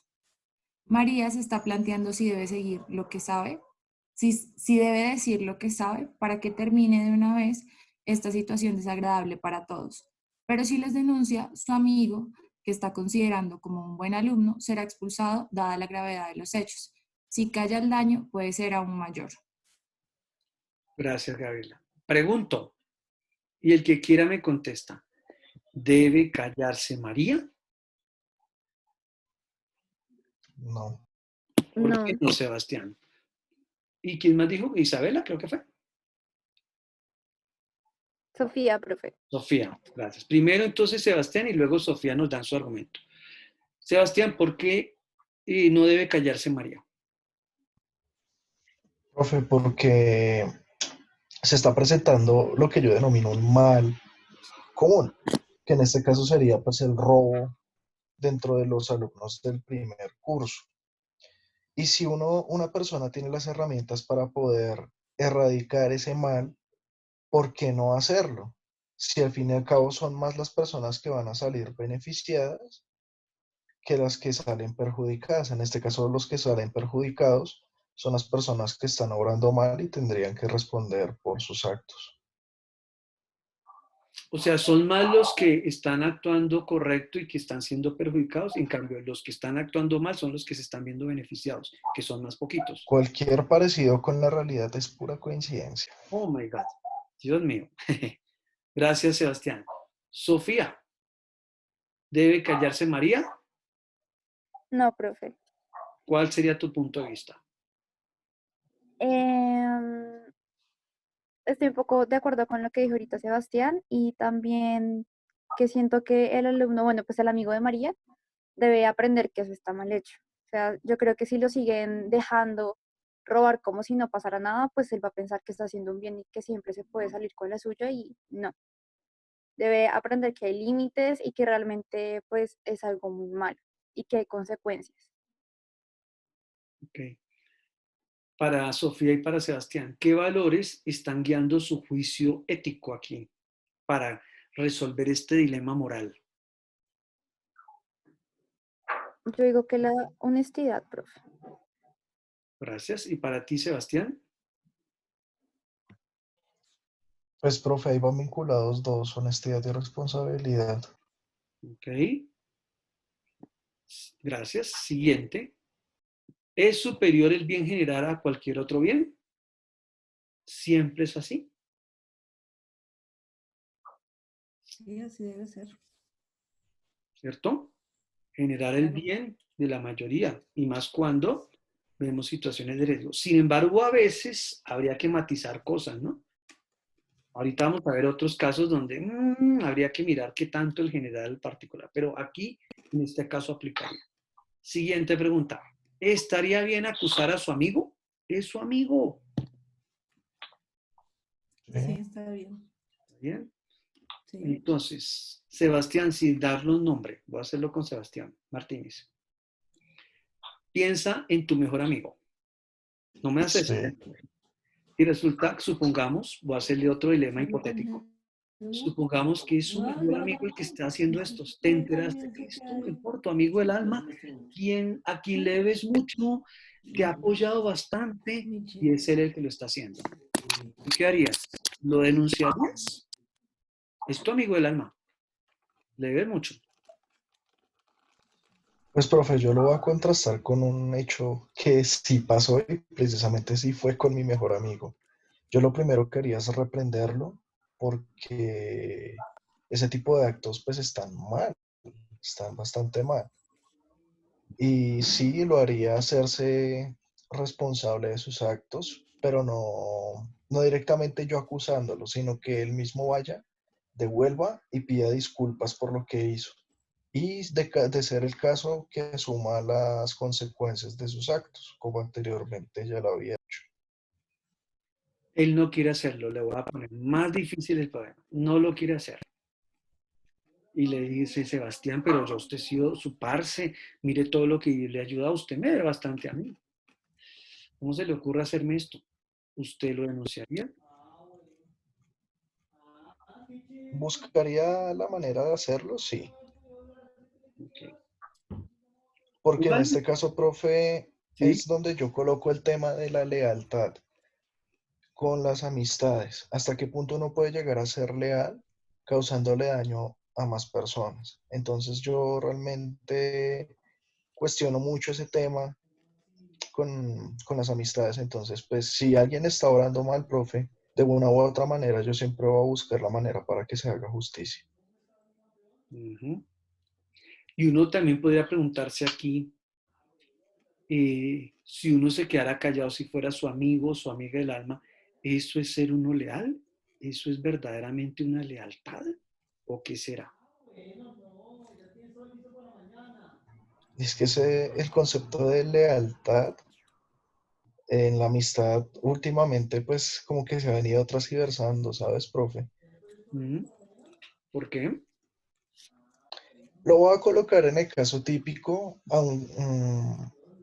digamos, a ver, espérame a ver. Digamos, un grupo de amigos que fume marihuana, están fumando en un parque. Llega la policía y les dice, nos los vamos a llevar para la UPJ, pero solamente nos vamos a llevar uno. Entonces, dentro del mismo grupo se dice, eh, si se va uno, nos vamos todos, porque pues coloquialmente se dice, no voy a dejar morir al parcero. Son cosas que se ven en la actualidad y es ahí donde uno dice, ¿es lealtad? Y perdóname por la palabra, o es estupidez. Porque pues más que todo somos seres socialmente influenciables. Entonces realmente ya nosotros no sabemos eh, lo que realmente puede abarcar ese tema de lealtad en temas de amistad. Mm. Claro, entonces fíjate que es que aquí, como la última pregunta, bueno, hay una serie de valores allí enfrentados, como es ese, el de la amistad, la lealtad, la honestidad, la responsabilidad, pero uno tendría que preguntarse, por ejemplo, si yo me quedara callado volviendo a esto, o en el ejemplo que tú nos das, ¿eso es ser leal? ¿Esa es la lealtad que yo quiero mostrarle a mi amigo o mi amiga? Aliándome con algo que sabemos que no solamente le hace daño a muchos, sino a él mismo, o a esta persona, ¿cierto? Que estaba trabajando aquí. ¿No? Uno tenía que preguntarse, ¿eso es ser leal? ¿O eso es ser uno compinche de un delito? ¿Sí? Uno tenía que preguntarse qué concepto de lealtad tendría uno, ¿sí o no? ¿Qué concepto de Claro. amistad quiero brindar o qué tipo de amistad quiero construir? ¿Sí? Inclusive, alguien lo decía, creo que era Patricia también lo decía, a veces puede ser mi amiga, la persona que estime, y yo le puedo decir las cosas que no están bien o las que no comparto. Eso también implica ser leal con el otro, ¿sí o no? Y es una buena forma de mostrarle verdad mi amistad. Patricia lo decía, me pareció muy importante, decía, uno a los amigos de verdad le dice las cosas de frente, inclusive a veces las cosas que no sean dolorosas, que no sean adecuadas, perdón, incluso que puedan ser dolorosas. Hay que decírselas, e incluso a la persona que uno quiere, porque uno no quiere que siga actuando de una manera incorrecta. Por eso le decía que en la amistad también se pueden construir valores, se pueden construir juicios éticos. ¿Sí o no? Bueno, ¿cómo les parece este primer dilema moral? Interesante y se podría hacer un análisis chévere de este caso. Ujú, correcto. ¿Ustedes creen que estaría justo pagar entre Que este todos sea los el daños? examen. Dime, ¿cómo? Un ejercicio así sea el parcial, el examen final. Claro, ¿cierto? Claro. Claro que sí. ¿Ustedes qué creen? ¿Estaría justo que todos pagaran los daños del centro? ¿Los daños de qué? Los daños, por ejemplo, que estaban robando, haciendo daños, todo esto. lo que se han robado, ¿está justo que todos paguen eso, el daño que le ha hecho el centro por lo que se ha robado? ¿Tú qué crees, Jason? El Centro Democrático. Él dice que no. ¿Por qué, Jason? ¿Por qué no es justo que todos paguen? Porque, o sea, no es culpa de todos. O sea, el que debería responder por eso es el que hizo esa mala acción. Correcto. Exacto, ¿cierto? Lo que tienen que ver que asuma la responsabilidad. Y eso es ser honesto. Sebastián, el otro ejemplo que nos daba, comillas, con el respeto de lo que tú señalabas, que si era estupidez o que si era lealtad. Claro que ahí no hay ninguna lealtad. ¿Cómo así que entre todos tranquilo, que no nos callamos y pagamos todos? Me estaría yo aliando. Estaría casi que yo validando también ese acto, ¿cierto? Yo estaría siendo parte también de eso, el quedarme callado o incluso aliándome a que todos paguen, ¿o no? Claro, profe. Ujú. Bueno, muy bien. Entonces ahí vemos una serie de valores enfrentados: la amistad, revelar la verdad, la libertad misma, el respeto a la propiedad, la seguridad, el civismo. Podemos agregarle más los que usted han dicho: la honestidad, la responsabilidad. Bueno, muchas cosas. Bueno, otro dilema moral para terminar por hoy. ¿Tienen otro? Bueno. Muy bien. Sí, profe. Bueno, ¿Quién dijo bueno de últimas? ¿Quién dijo bueno? Isabela. No, mentira, ya te molesté a ti, ya te hice bullying. O sea, vamos. El favor, Gabriela Antorbesa, ¿estás por ahí? ¿Te sirve el micrófono? Antorbesa. No Al le sirve. parecer. ¿Cómo? No, profe, no No, le profe, sirve. Ah, no le sirve. bueno, entonces, Javier, ¿nos quieres colaborar, por favor, leyendo el siguiente dilema? Javier. Listo, bro. Vale. Dilema moral número 2. Atención todos. Dale. Dilema moral número 2. Dejar morir por amor. El pequeño permanecía en coma irreversible desde que tragó un globo de bloqueo ¿Qué bloqueó? que bloqueó su tráquea y dañó su cerebro. El padre de un bebé en coma desconecta a punta de pistola el respirador que le mantenía con vida durante una interminable media hora. Rudy Linares, un pintor de brocha gorda de Chicago, acunó en sus brazos a su hijo Samuel de 16 meses, al que previamente había desconectado de un respirador artificial hasta que el pequeño murió. Durante todo ese rato, Rudy, armado con una pistola para impedir que nadie se acercara, sollozó. Ayer, Linares, pobre e hispano, fue acusado de asesinato que cometió, dijo, porque quería a mi hijo. Esta extraordinaria historia de amor y muerte ha conmovido la opinión pública de Estados Unidos, pero el fiscal del estado de Illinois, eh, Cecil Parte, explicó que nadie tiene el derecho a tomar la justicia por sus propias manos.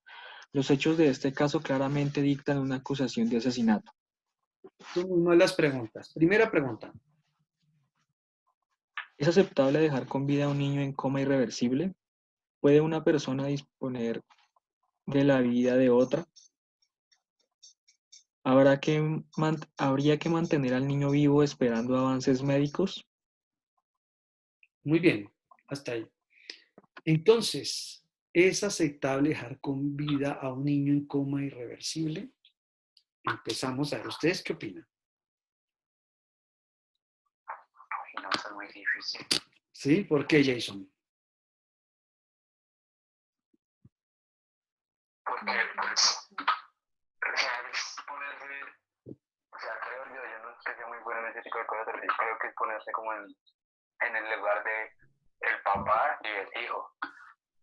Y pues ver en realidad cómo sería o cómo se sentirían ambos. Y pues yo no alcancé a entender cuál era la edad del muchacho, del niño, pero si ya estaba en un coma que era irreversible y muy probablemente sufriendo, pues yo creo que sí sería mejor pues desconectarlo, ¿no? es como en estos casos donde los abuelitos ya en muy avanzada edad piden la eutanasia porque no quieren seguir sufriendo y entra el conflicto de que no se puede hacer y son procesos legales muy largos donde lo que hacen es alargarle el sufrimiento a la persona. Sí, el bebé tenía 16 meses. Ujú. Ok. ¿Qué principios guiaron tu juicio ético, Jason? ¿Qué principios? No sé, digamos, la solidaridad, la empatía. Ujú. Ok. Tú matizarías ahí, ¿no? Tú matizarías un poco la decisión de este papá. Sí, pero, o sea, también es difícil porque pues, la situación uno no sabe si en serio va a ser irreversible o si puede haber alguna esperanza, porque pues al final y al cabo puede que se haya diagnosticado así, pero en muchos casos se da que no es 100% real lo que se diagnostica o que sea 100% falible lo que se está haciendo. Ok. Gracias, Jason. ¿Alguien más quiere comentar de este dilema?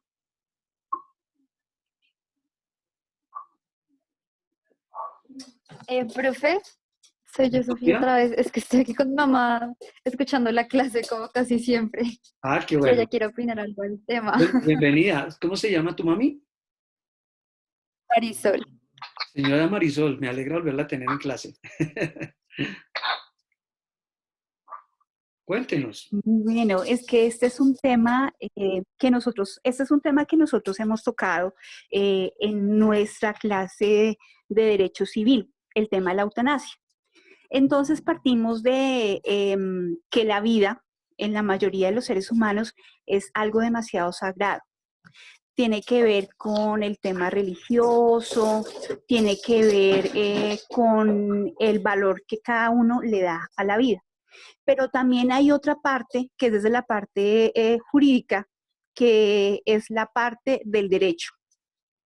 Entonces, mientras que para unos este acto es irreprochable, también lo podemos ver desde el derecho que tiene ese padre.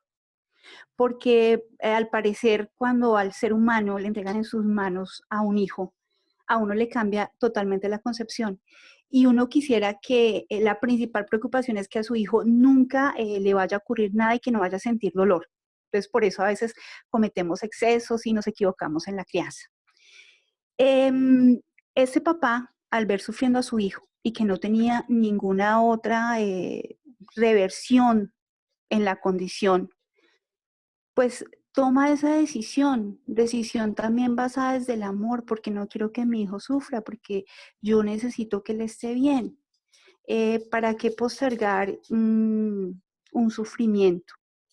A nosotros hace muy poquito, pues mi mamá enfermó de cáncer, era un cáncer terminal, y ya empezó ya el deterioro, gracias a Dios, fue una cuestión de muy poquitos meses, pero si llega un momento en que uno dice, llega y encuentra ese ser querido postrado en una cama, que no está consciente, que está intubado, y cada día le van agregando más cosas, que esta sonda para esto, que esta sonda para lo otro, que este cable aquí, que el respirador, casi que todo es artificial.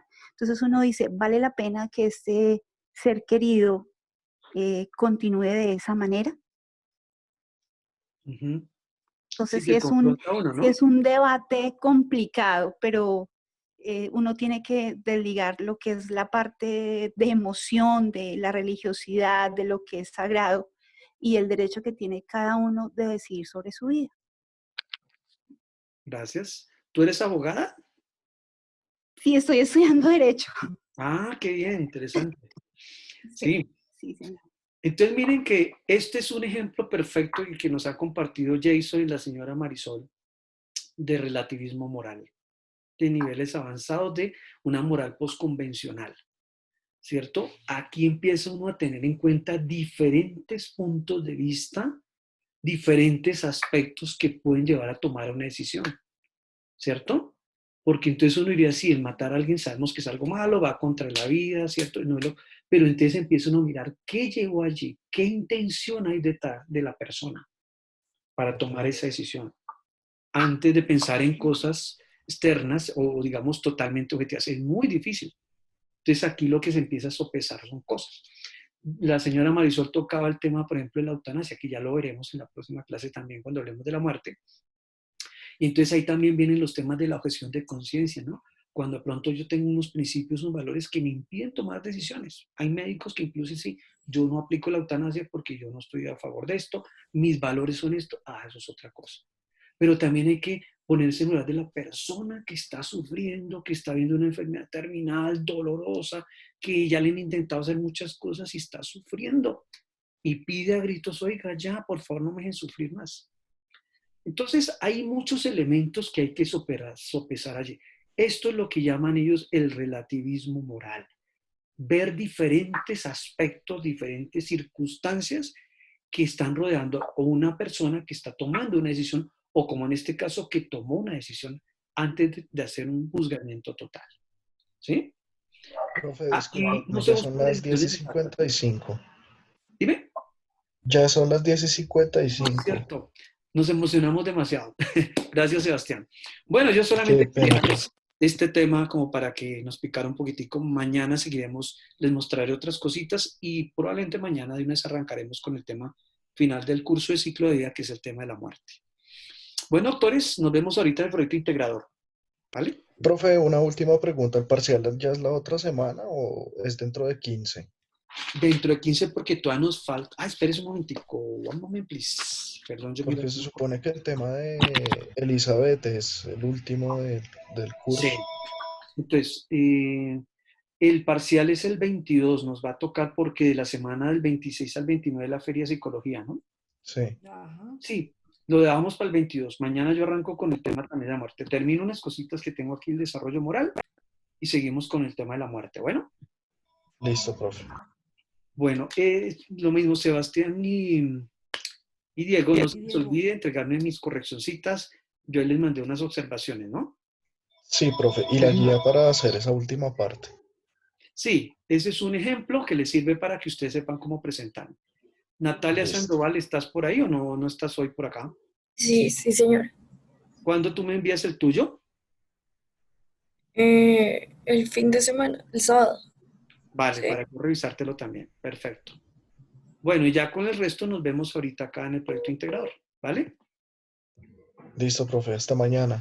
Bueno, chao. Chao, chao, profe. Gracias, profe. Chao, que estén bien. Hasta luego, señora Marisol. Gracias por Chao, participar. profe.